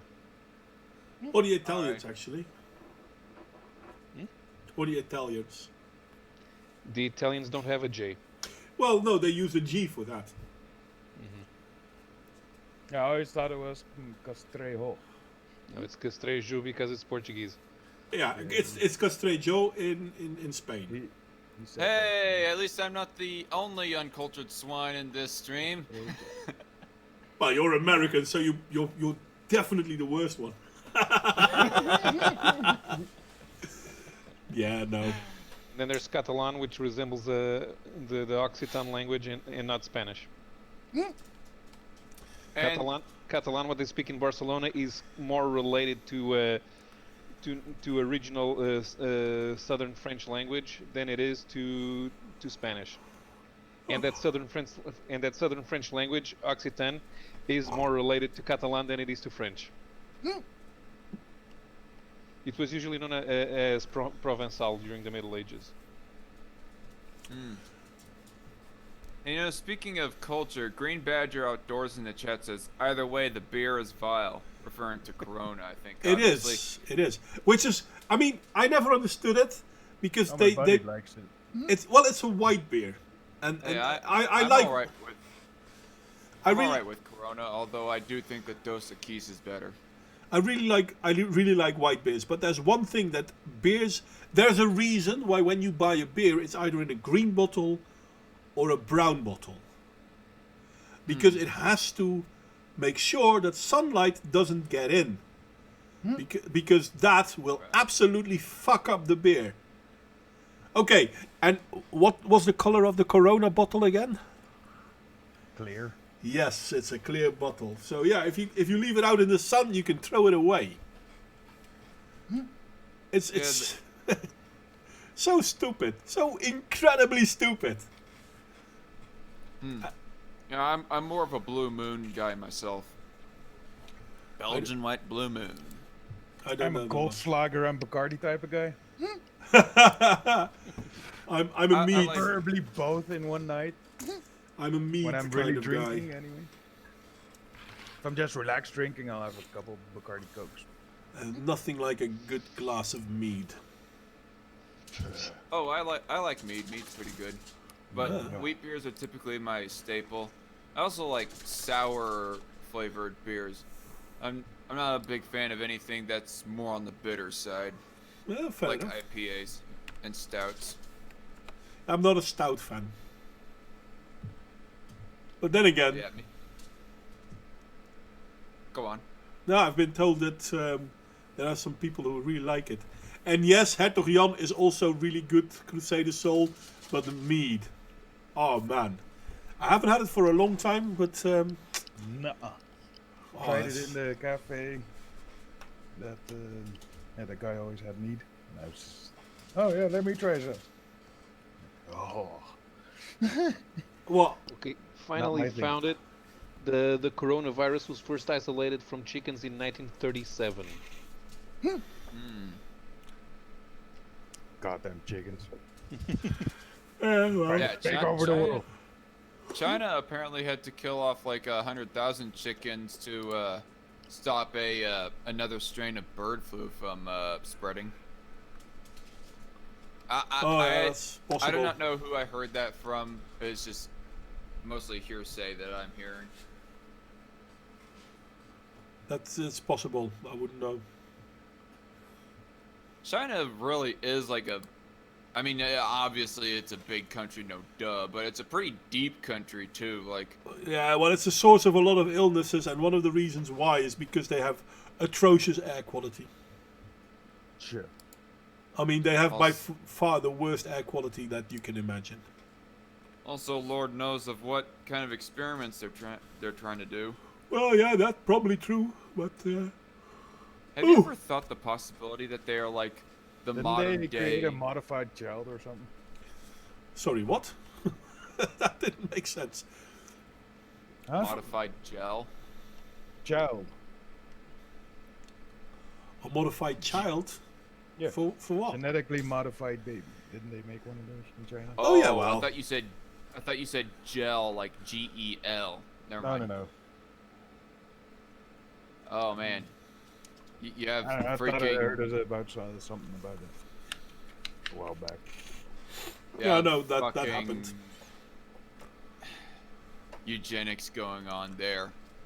If that really is a fact, well then that really would make them more the equivalent of Nazi Germany. Oh no, they're far worse. They're far worse. China I don't know. has already Sometimes I think those Spartans were onto something, you know. Spartans. Yeah. Yeah, Oh, they, okay. they Keep it kill off. strong. And kill the rest. Yeah. Who knows? Oh, I'm sorry, yawning. Oh, Practically, we're singing right there. yeah. I have a beautiful singing voice. I just don't have to hear it. No, Yeah, but what was I gonna say? Jeez, there's something I want to say in expansion of what Smirka said. Let's see, Nazi Germany, China. Trying to remember. Eugenics. Eugenics. That's what we were talking And then I said that would make them more the equivalent of Nazi Germany. Modwayne said no, they're far worse. Yeah, they are far worse. But they are far worse. It's not just me saying that. I mean, you can actually tell by the fact that they are harvesting organs of prisoners And yeah, it's okay. Didn't the Nazis do something along those lines too? Not on the same scale. Not nearly on the same scale. Oh, Social they- credit system they have these days. They probably would if they had the opportunity, but they were only a country of a few tens of millions, or well, No. if you include all the land they had conquered at their peak, I guess it would have been like reaching up there to 1 billion. But China, of course, has over 1 billion currently. Yeah, but it's not that. Not just that. I mean, where they did heinous things to people, they didn't organ harvest. Not even the freaking Jews. Not even the freaking Jews. They did some fucked up experiments on them. They did some fucked up experiments, but yeah. They didn't harvest their organs, at least. Yeah. But indeed, like Crusader Soul, a lot of modern treatments we got because of the experiments done in the Second World War. And some of them... alt-right neo-Nazi Oh dear God, apologist. that's the argument I always use when Well- trying to fuck with people. The thing is, you can call me anything you want to, but reality is still reality no matter what name you give me. So there is that. But other than that, I don't care. Hey, everybody! Did I ever mention to you that I like tanks? Hitler liked tanks too. You must have got some inspiration from him. It's even worse.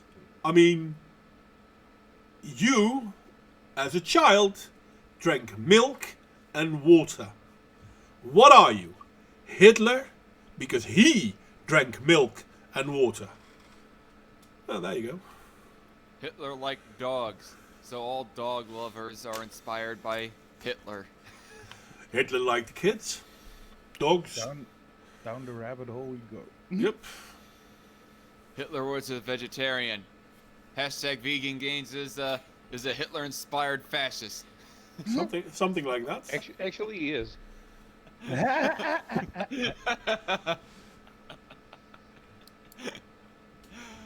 Oh, that. Fucking Dear vegan. God, that's a name I haven't heard in a fucking while. Oh, Well, I'm sorry to bring up some past PTSD. I'm not affected. I'm sorry. Nope. I mean, yes, I know it's terrible. Oh, people compare you to Hitler. Well, you know what? I don't give a fuck. Sure, he had his good sides too. All genocidal. Whether he did or not, I don't care. It doesn't matter. I mean, yeah, I don't want to be rude, but Hitler gave you the weekend off. And this is the one man. example they never like to think. Well, but Hitler did that and that. Okay, do you like the 5-day work week? No? You'd rather work 7 days a week? Because that's what Hitler did. You know, as long as nobody has wanted to adopt all of the authoritarianism and fascism from him, like, rounding people up, putting them in internment camps, and, Yeah. concentration camps, all that shit, well then, it's all good. Yeah, no, But I if you agree. like walls, like tanks, like, great advancements in technology, well, and people might point out, hey, the Nazis were into that too. Well, Yeah. then, fuck that. That's a non-issue. Yeah, and that's the thing, though. I basically- mean, they only say stuff like that to get you going, to goad you. One thing that I have heard oddly enough before is that Nazis, like, supposedly, I don't know for how true this is, but supposedly they burned down. Night, people. They burned down like science buildings that were like studying on the issue of gender, and far leftists try to make like an equivalation that if you deny the gender spectrum, deny the existence of that, well then you are automatically the equivalent of Nazis because they burned down gender experiment or burned down science facilities researching on that issue. And I'm all like, I don't give a fuck. I don't agree with burning down other people's private property. So therefore, I don't agree with the Nazis on it.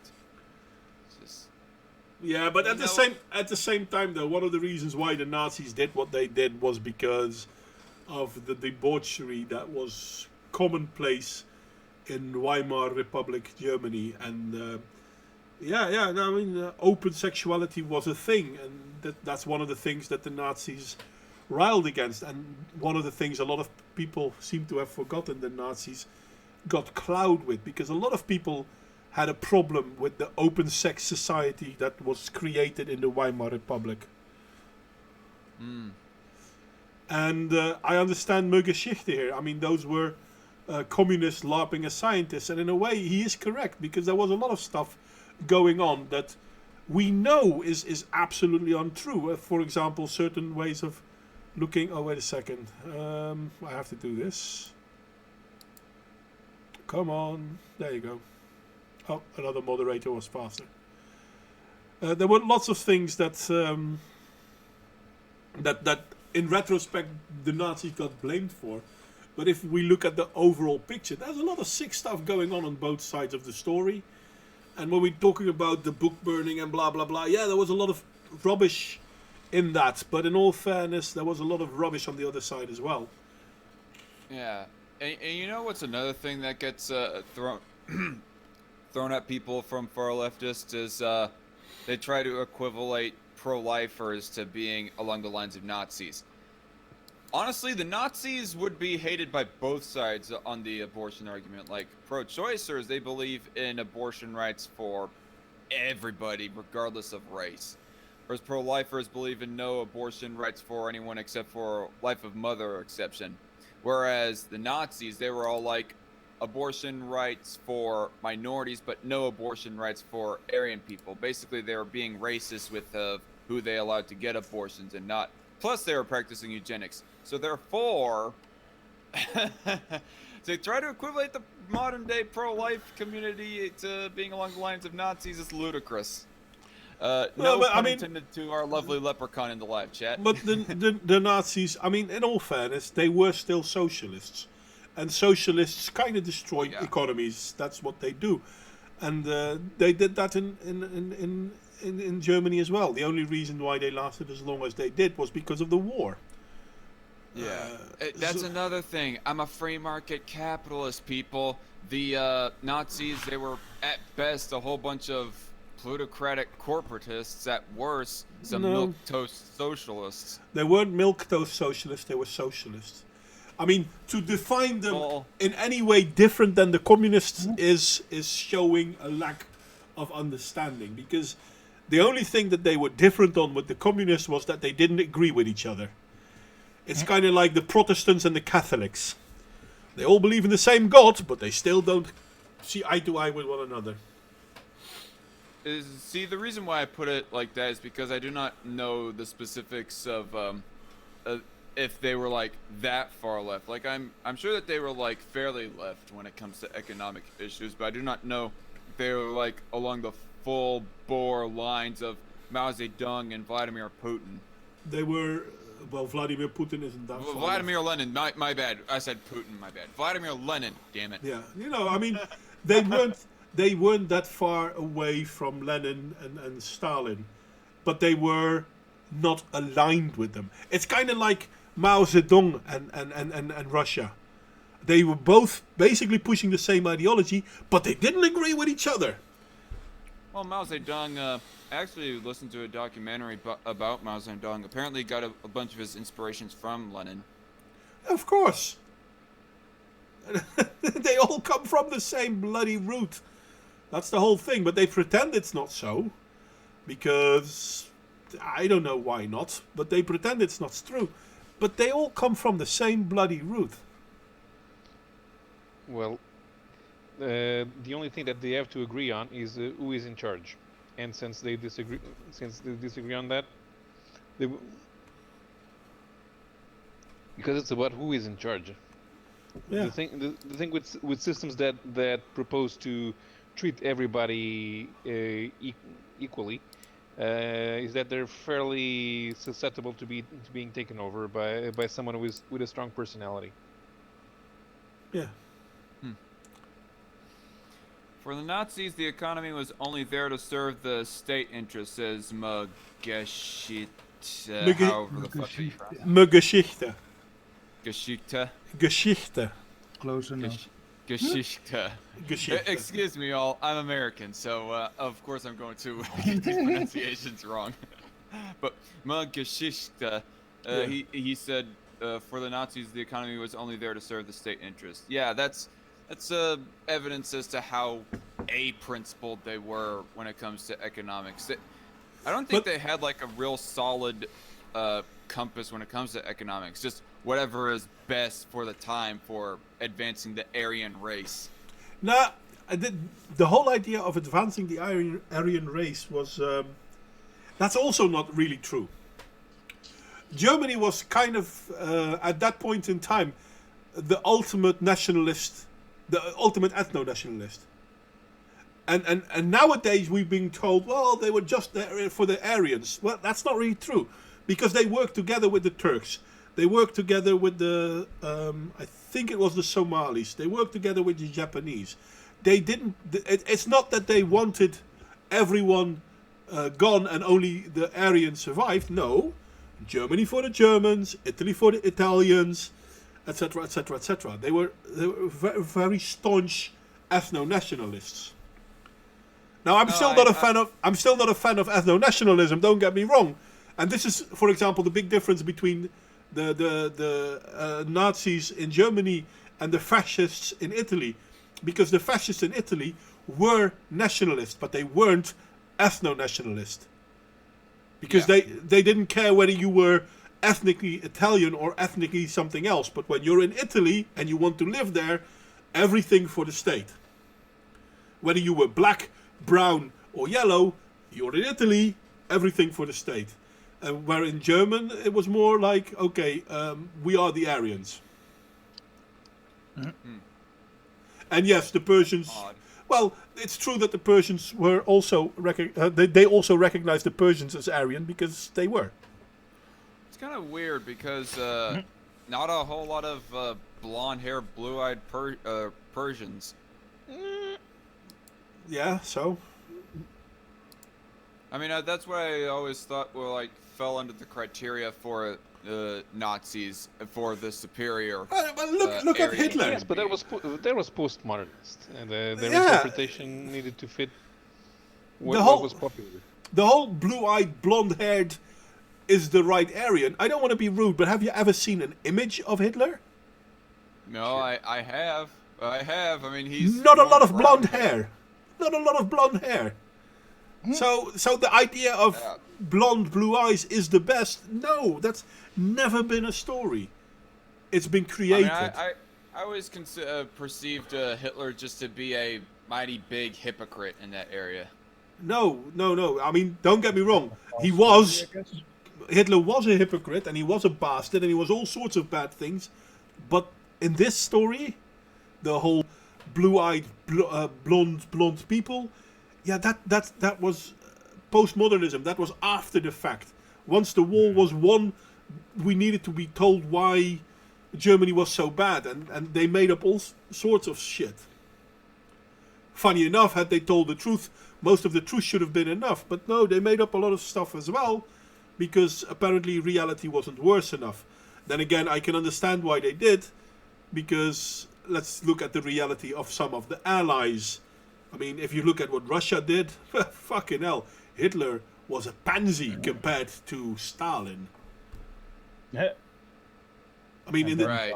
in the time that Hitler managed to have his 12 million, 6 million, 5 million, no matter how many concentration camps victims, in the Ukraine, Stalin managed up to 40 million deaths just by starving them out, which happened, by the way, slightly before the Second World War. This is why the Ukrainians aligned them. Holodomor. This is why the Ukrainians aligned themselves with the Nazis. But then again, Damn. I don't want to speak out for Hitler because I think he was a terrible bastard. The truth is, however, he wasn't the only one that was a terrible bastard, and a lot of the stories we are being told now Obviously. are hyperbolic. And by making them hyperbolic, we create stupid stories. Hell, when I went to school, and that's some time ago, we learned that about 1 million Jews were killed in concentration camps. I've seen So- Really? I've seen official papers from I heard the 14 or something. sorry. By the time I went to school, it was bumped up to 14 or whatever the hell. Well, at the moment it's 6 million. 6, yeah. But I've seen original papers from the Nuremberg trials where they talk about 500,000. So I'm not sure how we went from 500,000 to 1 million to the current 6 million. And at the same time, I don't really care about the real number. The fact that it happened is bad enough. But apparently it's not, so they have to make it worse. Yeah, 500,000. That's like a 100 9/11s. Well, compare it any way you want, but it's still, I mean, it's still a lot. Yeah. And I mean, Hitler wasn't a nice guy. Hell, one of the generals that fought for Hitler had to commit suicide because he disagreed with Hitler. And Hitler basically, well, not Hitler, but his government gave him the choice: commit suicide or we'll go after you and your family. This was the Yeah, choice given to Rommel. And Rommel was a respected general. I mean, he That was the guy who was like referred to as the Desert Fox. Or yes, something. yes. He like fought in the African campaign. Also, yes, and in France. He was, Right. for a long time, he was responsible for the Atlantic Wall. Didn't I also have another nickname? Sorry? I'm not sure, but I recall that he was like one of the guys like in the later years of World War II began Oh, no. like having the wool lifted from his eyes, and he began disagreeing more and more and more with No. what Hitler was doing. No, most German officers already started to disagree with Hitler after they went for Poland and France. Poland and France they could still understand, but once they started going on, most of the government, most of the generals didn't agree. Poland, because the contest, Poland and Germany share a border, and the border region is constantly. Then it's Polish, then it's German, then it's Poland, then it's Prussian because it never was German. So yeah, that was contested area. So they understood that, and they understood the war with France because of the First World War. But then go into Africa, go into Russia. Why? It didn't make sense. So yeah, there is that. Yeah, I guess so. I'm just like mostly going off of this one YouTube channel called Biographics of what I've heard of his like documentary talking about Rommel. The Alliance feared Rommel, says Crusader's Soul. Yeah, he was like one of the more respected and feared. Oh yeah, generals. no, he was a fair general, but he was also very respected. Geschichte also, wasn't Rommel involved in the Walküre plot? In all fairness, I don't know.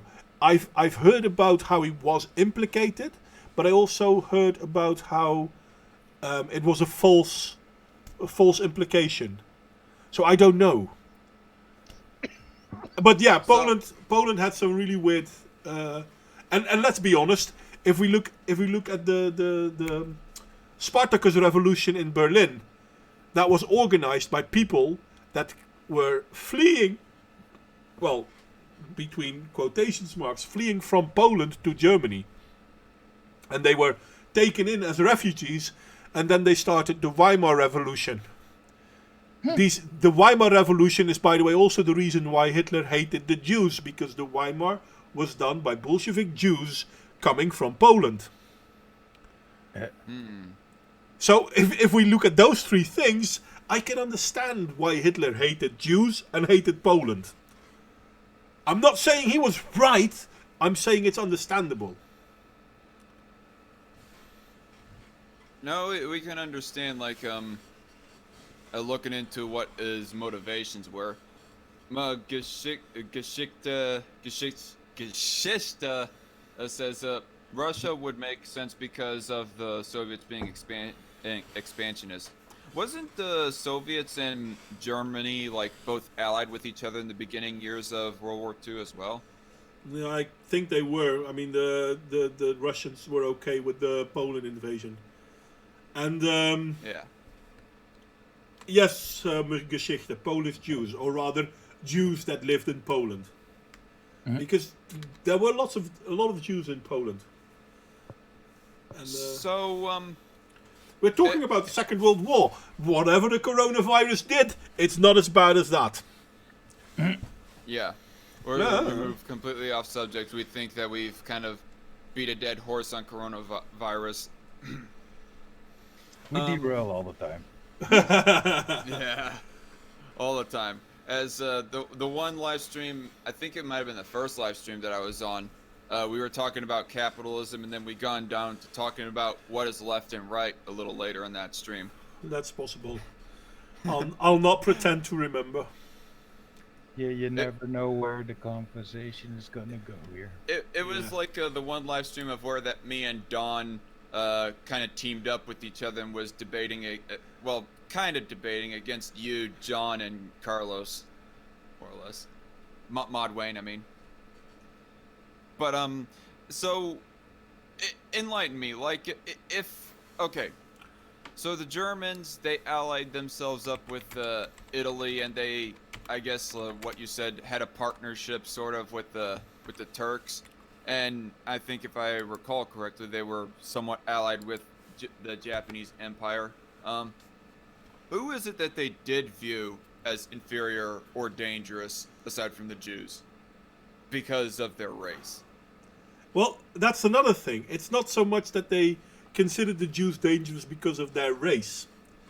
They considered the Jews dangerous because of their subversive behavior. And again, hashtag not all, but this is what Hitler saw. And can you blame him after the Spartacus Revolution in Weimar, Germany in 1918, 1919? Have you guys seen the one sorry, go on. And yes, Crusader Soul is correct. They also hated the travelers, the gypsies. Because the same reason. They weren't part of their community. They weren't part of their society. It's ethno-nationalism at the top.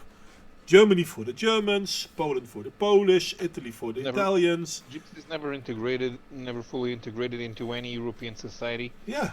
Since the Middle Ages. Yeah. The same Even with by the 20th century. The same with the Jews.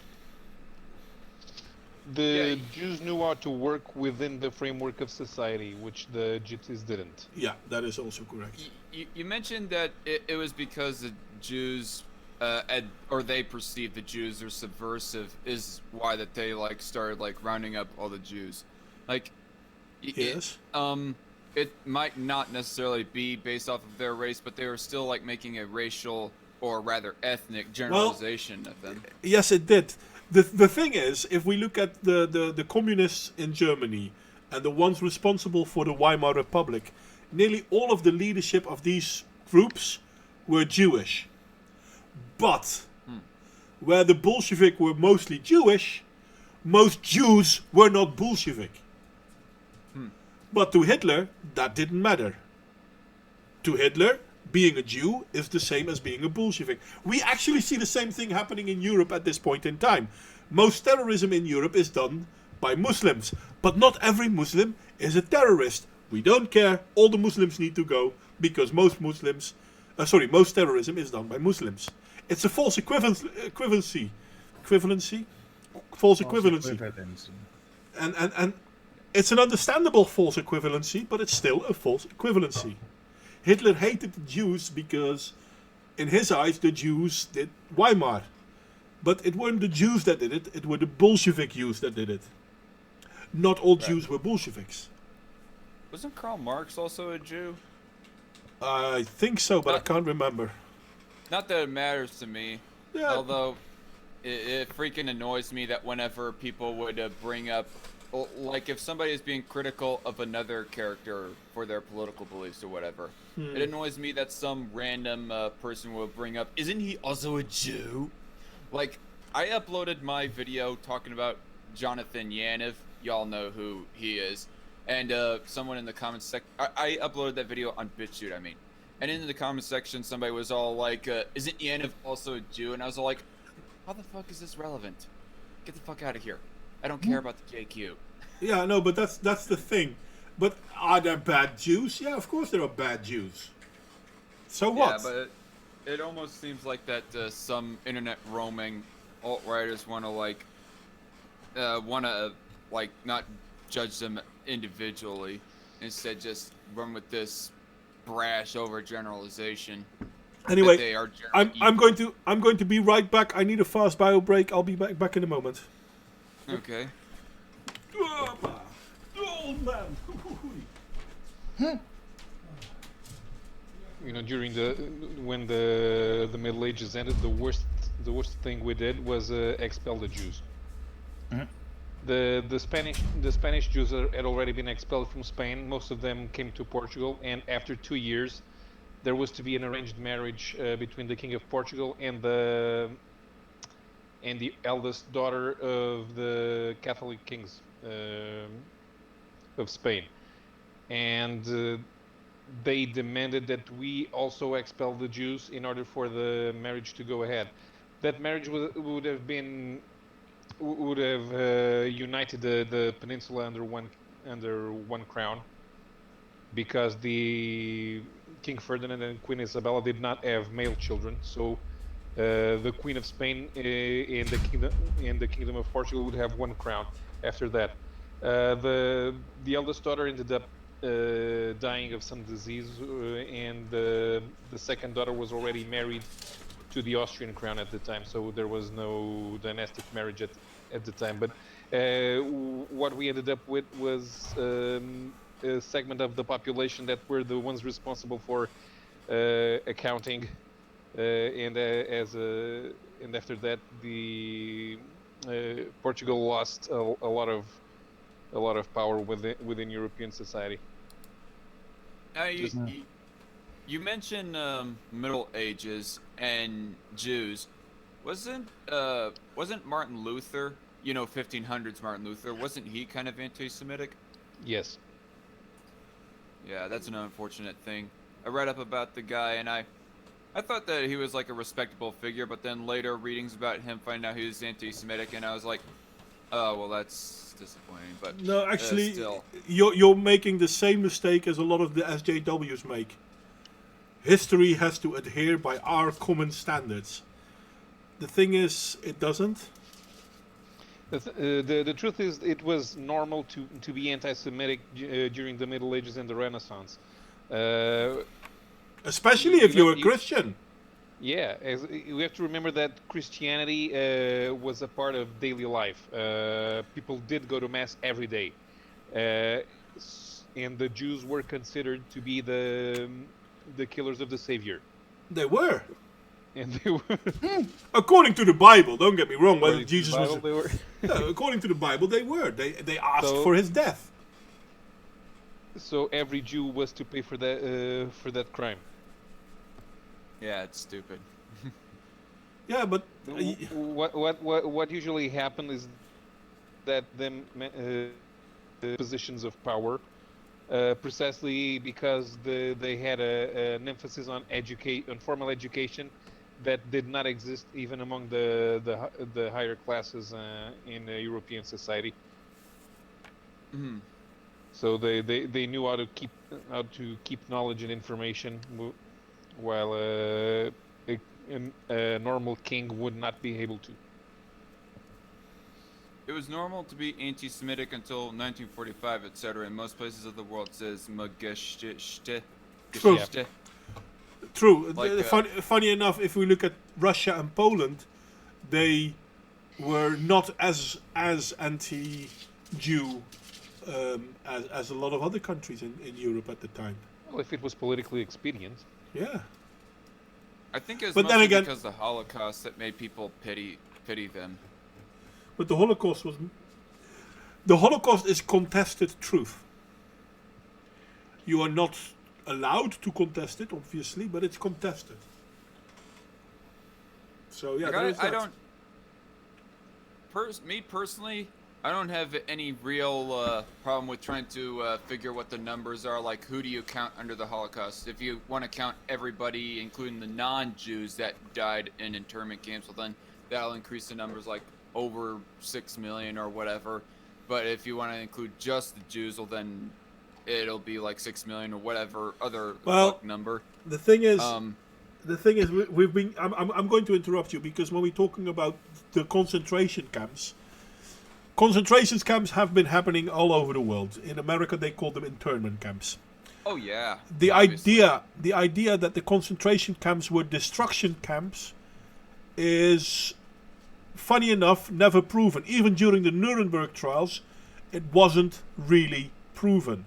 And they've researched every camp, even with ground radar and whatnot, on this side of the Iron Curtain. Obviously, we couldn't do the same thing in Soviet-controlled countries.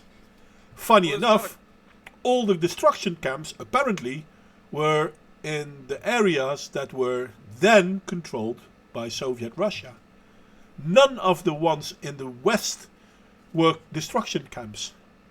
You mean the death camps, right? The death camps. I mean, there's no question in my mind that not every single concentration camp under the Nazis was meant for just outright killing Jews. I mean, in a lot of cases, it was more for enslavement. Yeah, it were internment camps.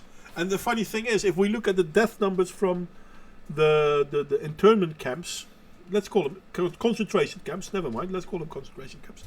Nearly all of the concentration camp death happened in the last roughly year of the war. Yeah, and that was when that Hitler was getting fucking desperate. No, the reason was that materials and supplies didn't reach those camps. Food, medication, it didn't reach those camps. That's kind of what I was meaning by, well, but getting it desperate. He was getting short on resources. No. That's not. They weren't getting short on researchers, but the Allies could bomb trains with relatively ease at the end of the Second World War. So they couldn't protect those transports. And in all fairness, the Allies didn't know which were the transports that brought food to the camps or brought equipment to military outposts. So they just bombed everything. But because of that, food and supplies were in short denial. The supply. And I know, Muggeschichte, people call that denialism, and I don't understand why, because if I had a book written in the 1960s by what was his name? It was an American historian who actually wrote these things down. This is what we know. But now we're not allowed to say it. And there is something seriously dangerous when there is a topic where you cannot discuss it, whether you agree with it or not. And the ones that deny you the right to discuss things are the authoritarians. It's the same as what we now see with gender dysphoria. If you disagree with the common narrative, you're a denier, you're a phobe, and you must be silenced. Even though we see these things going to shit. What I'd say is more precisely a Holocaust denier is somebody who says that there was no extreme oppression of Jews in general. I mean, we're just kind of discussing over the nuances of it. Apparently you're not allowed to discuss the nuance. You're not allowed to discuss the nuance. Hell, there is a Jewish woman who had been in one of the camps, who started 10 years after the Second World War, started to say, wait a second, the story we are telling you now isn't what happened. And she actually been jailed for it. She's a victim herself. And all she did was say, wait a second, the narrative that is being told now isn't correct. But she wasn't allowed to do that. Wow. And I can talk about gender dysphoria. You're a transphobe. Say that even after an operation, a man is still a man. You're a transphobe. You can go to jail for that sort of shit in Europe. Or Islamophobe. Oh yeah, I mean, saying that Muhammad was married to a 9-year-old girl. That's hate speech. Never mind the fact that it's written in the bloody Quran and in the Hadiths. But hey, Muslims are allowed to recognize it, but you're not. Because if you say it, you're an obe and an ist. There's something seriously wrong with our society, and I'm not here pronouncing that Hitler did nothing wrong, because he was a bastard. He did everything wrong, and in all fairness, I'm glad he lost. Shit, no shit. But that doesn't mean that everything that's being told is the truth. And there is something seriously wrong with a society where you are not allowed to question the narrative. Because if you're not allowed to question the narrative, it's not the narratives you have to be scared of. It's the people who don't allow you to ask questions. You really need to be afraid of those people. Apparently, like a few years ago, I had learned from some posts on Facebook that there's some country in Europe, I want to say almost that it's Austria or something like that, that has banned doing the Nazi salute.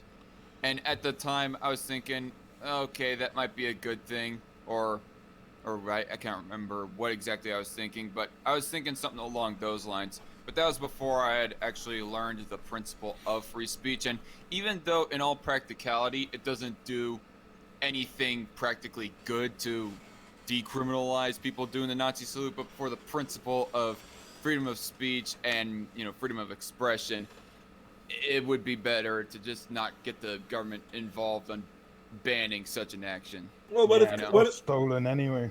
Well, yeah, it is, because it's not the Nazi salute, Right. it's the Roman salute. Roman salute. Yeah. Hey, A lot of iconography Hitler used was all stolen from other cultures. All of it. Nothing was original. Yeah, there you go. It was all stolen. Hitler stole Romans it have directly from Mussolini. Mussolini reinstituted the Roman salute as a form of saluting the leader, Yeah. as he modeled himself after Roman Roman emperors. Well, that's the thing with fascism. Fascism was to bring back the Roman Empire, the Roman we had the same thing mentality. in Portugal. Yeah. In Portugal, we had a sort of youth. We were a fascist society, but we were not racially motivated. We were romantically motivated. The idea was that we were bringing back the glory of Portugal in the Renaissance. But because of that, young children and teenagers, they had to go into the Mocidade Portuguesa, and the way that they saluted their instructor was with a Roman salute. Yeah. Yeah. the Romans had left an influential legacy. Of course. That had been laying dormant. Well, I was about to say the 1,000 years after their fall had been laying dormant, but that isn't quite so accurate because there's the Holy Roman Empire and all the other. No, it's the Eastern Roman Empire. The Holy Roman Empire does not count. It was just a name that was bestowed by Rome. The post of Holy Roman Emperor was bestowed by the Pope on what would be perceived as the biggest guardian of Christendom in Europe. Yeah. And usually it was the King of Austria. Yeah. Right. I mean, I guess just to make the general point that there was all these smaller empires throughout the Dark Ages that tried to become the next Roman Empire. Well, there were things that happened. First one, the only formal way to disseminate information was by writing in Latin because the vulgar Latin did not have a written form.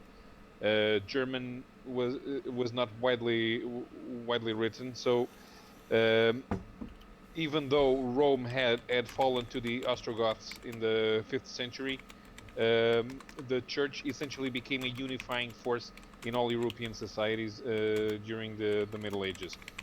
And as the last remnant of power that came directly from Roman times. Did the East become the Byzantine Empire at some point? Or The Oh, Byzantine Empire was the name of the Eastern Roman Before? Empire. yeah, we call Okay, it yeah. we call it the Byzantine Empire, but at the time it wasn't called the Byzantine Empire. Yeah. Okay. And sleep well, Crusader. I'll try to call you tomorrow, mate. I already typed it. I Well, don't know if Crusader. it's... So, but yeah. By the time you hear this, you're probably already gone. I keep forgetting it takes half a minute. I say something and it takes roughly half a minute before the people hear it. So, but yeah, no, I mean, but the history is a funny thing because if we look at most of Europe is Germanic, and people kind of seem to forget that. Germany obviously being Germanic, but Norway, Sweden, Denmark, Netherlands, Belgium. the Netherlands, Belgium, France, large places of Italy. It's all UK. Germanic. UK, thank you. Yes, very much so. And the Spanish and Portuguese royalty are also Germanic. Yeah. So it's kind of funny because people like to think, well, yeah, but Hitler did his war because he wanted to see the Germanic be the master race. Well, I don't want to be rude, but he attacked Belgium, he attacked the Netherlands, and he attacked France. All Germanic countries. So it's not as black and white as that he wanted to have the German race being blah blah blah blah blah.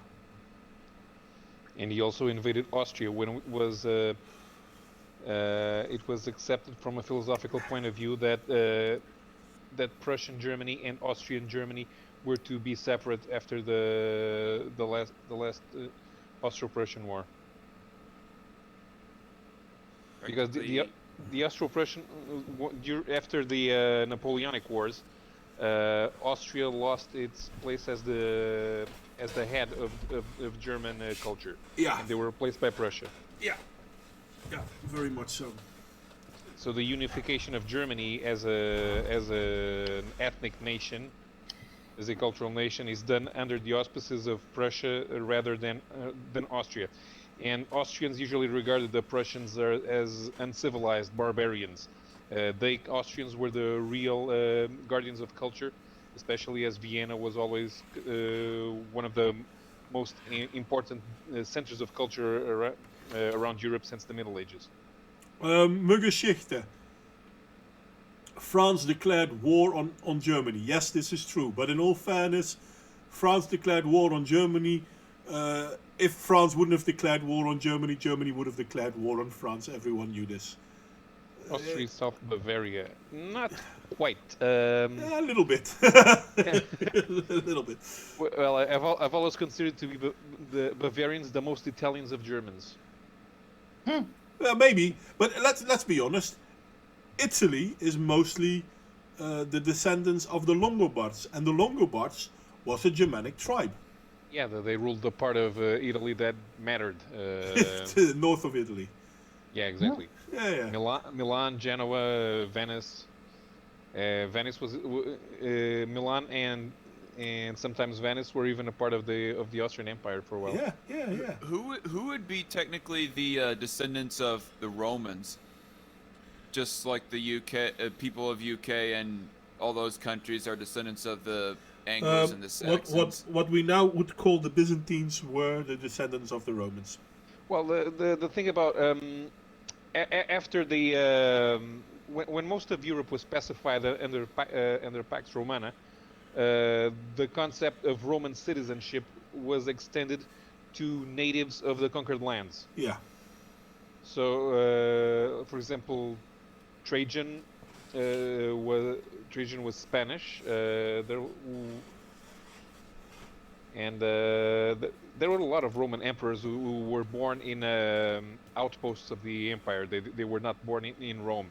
They just rose in power and took power. But since in culturally they were all Roman because they were educated as Romans, Yeah. speaking Latin in the formal sense instead of in the formal tense instead of the vulgar Latin. They knew they were taught the works of Greek philosophers, the arts of war as defined by the great Roman strategists. So Hmm. it didn't matter where in Rome, in the Roman Empire you came from. If you had access to education, you were an important person. You were a Roman. If you were from Dacia, Romania, you were a Roman. You were from Anatolia, you were a Roman. You came from Spain, you were a Roman.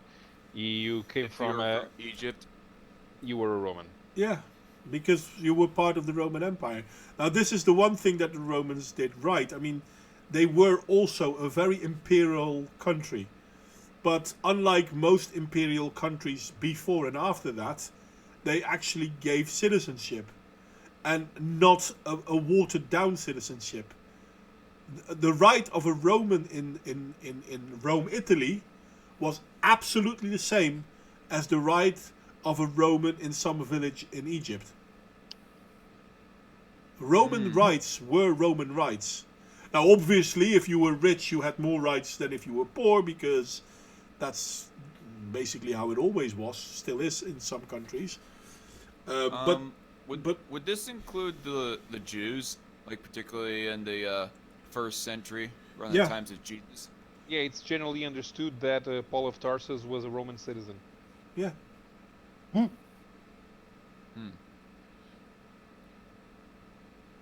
For some reason, I always thought them to be like a form of a second class citizen in an almost kind of same way that the American colonies were to the UK, No, or not the that's UK, the Britain Empire at the time, but anyways.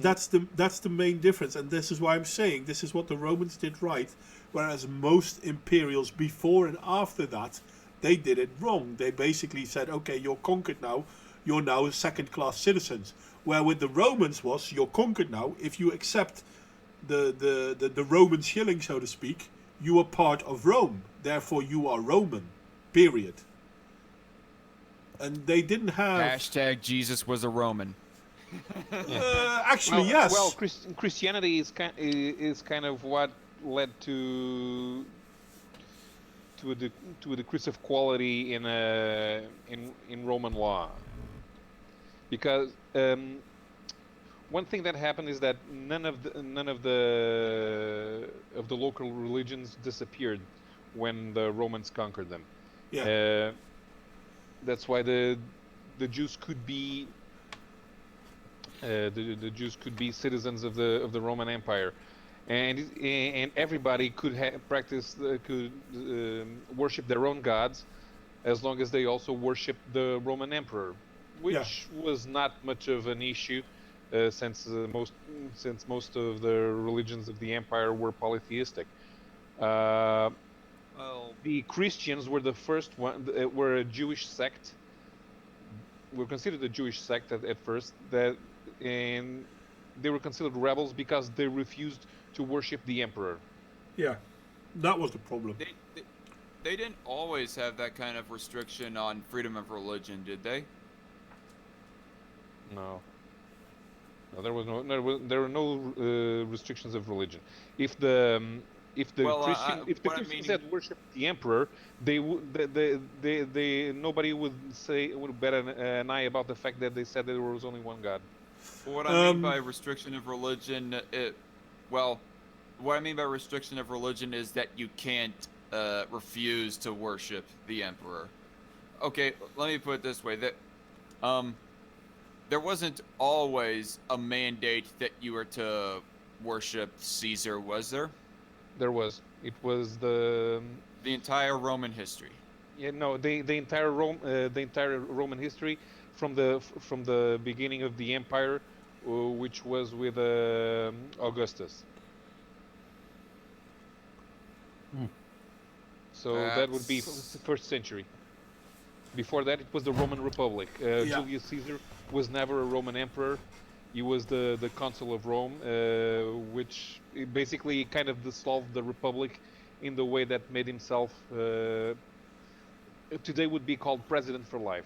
Yeah, or dictator. Hmm. Basically, he was the first dictator that stayed dictator, because it was quite common for during the Republic. It was quite common for rulers to be a dictator for a period of time, and then after a while, there was a problem. The problem needed a strongman to solve it. That strongman solved the problem, and then he would relinquish his dictatorship. Julius Caesar kind of did it. I mean, He got stabbed. he kind of did solve the problems, but then he said, you know what? I think Rome needs me a little bit longer. So that's yeah. And I'm sorry that you disagree with me, Muggeschichte, but from what I've learned and from what I've read, this is kind of the truth. But yeah, you know what? It's 2,000 years ago, so we can disagree on that. I don't mind. But yeah, no, I mean, the Roman Empire under Caesar was rather different.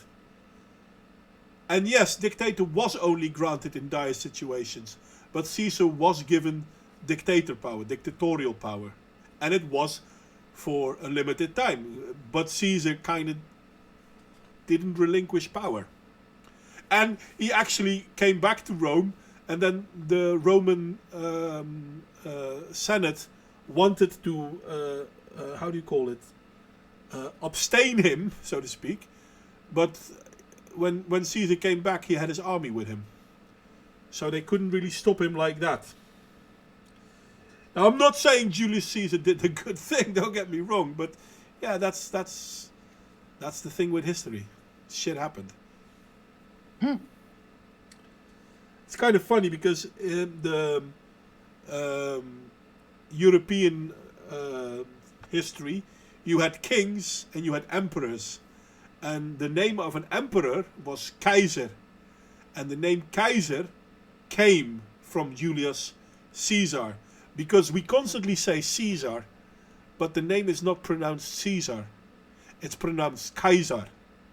Because a C and an E and an A is kind of pronounced like a K. Right, but apparently, I can't remember what it is that in Germany during World War II is referred to as the Kaiser. Refresh my memory now. The Kaiser often referred to in World War II is the Kaiser of World War I, Kaiser Wilhelm. Hitler wasn't the Kaiser. No, I wasn't thinking. No, it would have been Führer. I did not think that Hitler was referred to as Kaiser. No, he wasn't. The Kaiser. If people talk about a Kaiser in combination with World War I or World War II, they're talking about Kaiser Wilhelm. All right. Yeah, no. If anything, I would have thought it would have been like the Führer's mansion, the official title of the Führer's mansion or something more than Hitler himself. But that was ignorance on my part. Kaiser Wilhelm. Gotcha. But yeah, Kaiser Wilhelm had nothing to do with the Second World War. Because he kind of wasn't there anymore. And he ended the First World War by decree, and after that, Germany kind of collapsed a little bit. The Weimar Empire was created. The Weimar Empire was a mess, and that's when, Hitler rose. And Hitler didn't rise himself. I mean, there were lots of people rising. Hitler was just one of the many people in a political spectrum. And somehow Hitler got the power. If it weren't him, it would have been someone else. Because what we saw in Germany was kind of the same thing that we saw in post-World War Italy. Though Italy was slightly before Germany. We saw the Bolshevik rising up, starting to attack people. And then eventually the people had enough, so they started fighting back. Yep. I think I'm going to leave this call right now, though. It's been a fun chat though. Yeah, we've been busy for slightly more than 2 hours. Maar Geschichte, I can see that you disagree with a lot of things I say, and I seriously enjoy the fact that you disagree. Whether I'm correct or whether you're correct is open for debate, because none of us were there, and it's all what we've heard people say. But before we go offline, I would like to invite you. If you want, we can do a stream on this topic, and you can tell the people how you think things were. And it's not supposed to be a got you stream. I don't do got yous. So think about it. If you want to do it, you're welcome, mate.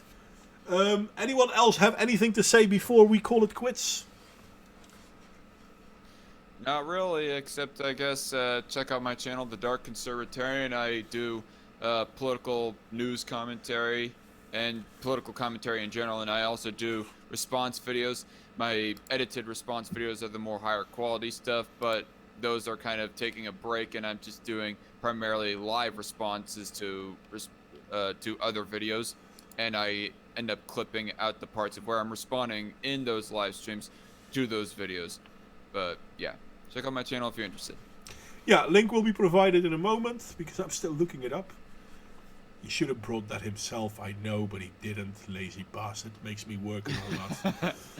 No, I could look it up for myself. And good night, Green Actually- Badger. Is it Dark Conservatarian or the Dark Conservatarian? It's The Dark Conservatarian. Here, shit. I have it. There it is, right there. If y'all are interested, Where? full link. They can't see the hangout, mate. No, I not hangout. I put it in the live chat. Oh, okay, then I have to wait, because I can't see it yet. The live chat is roughly 30 seconds behind us. I'm not kidding.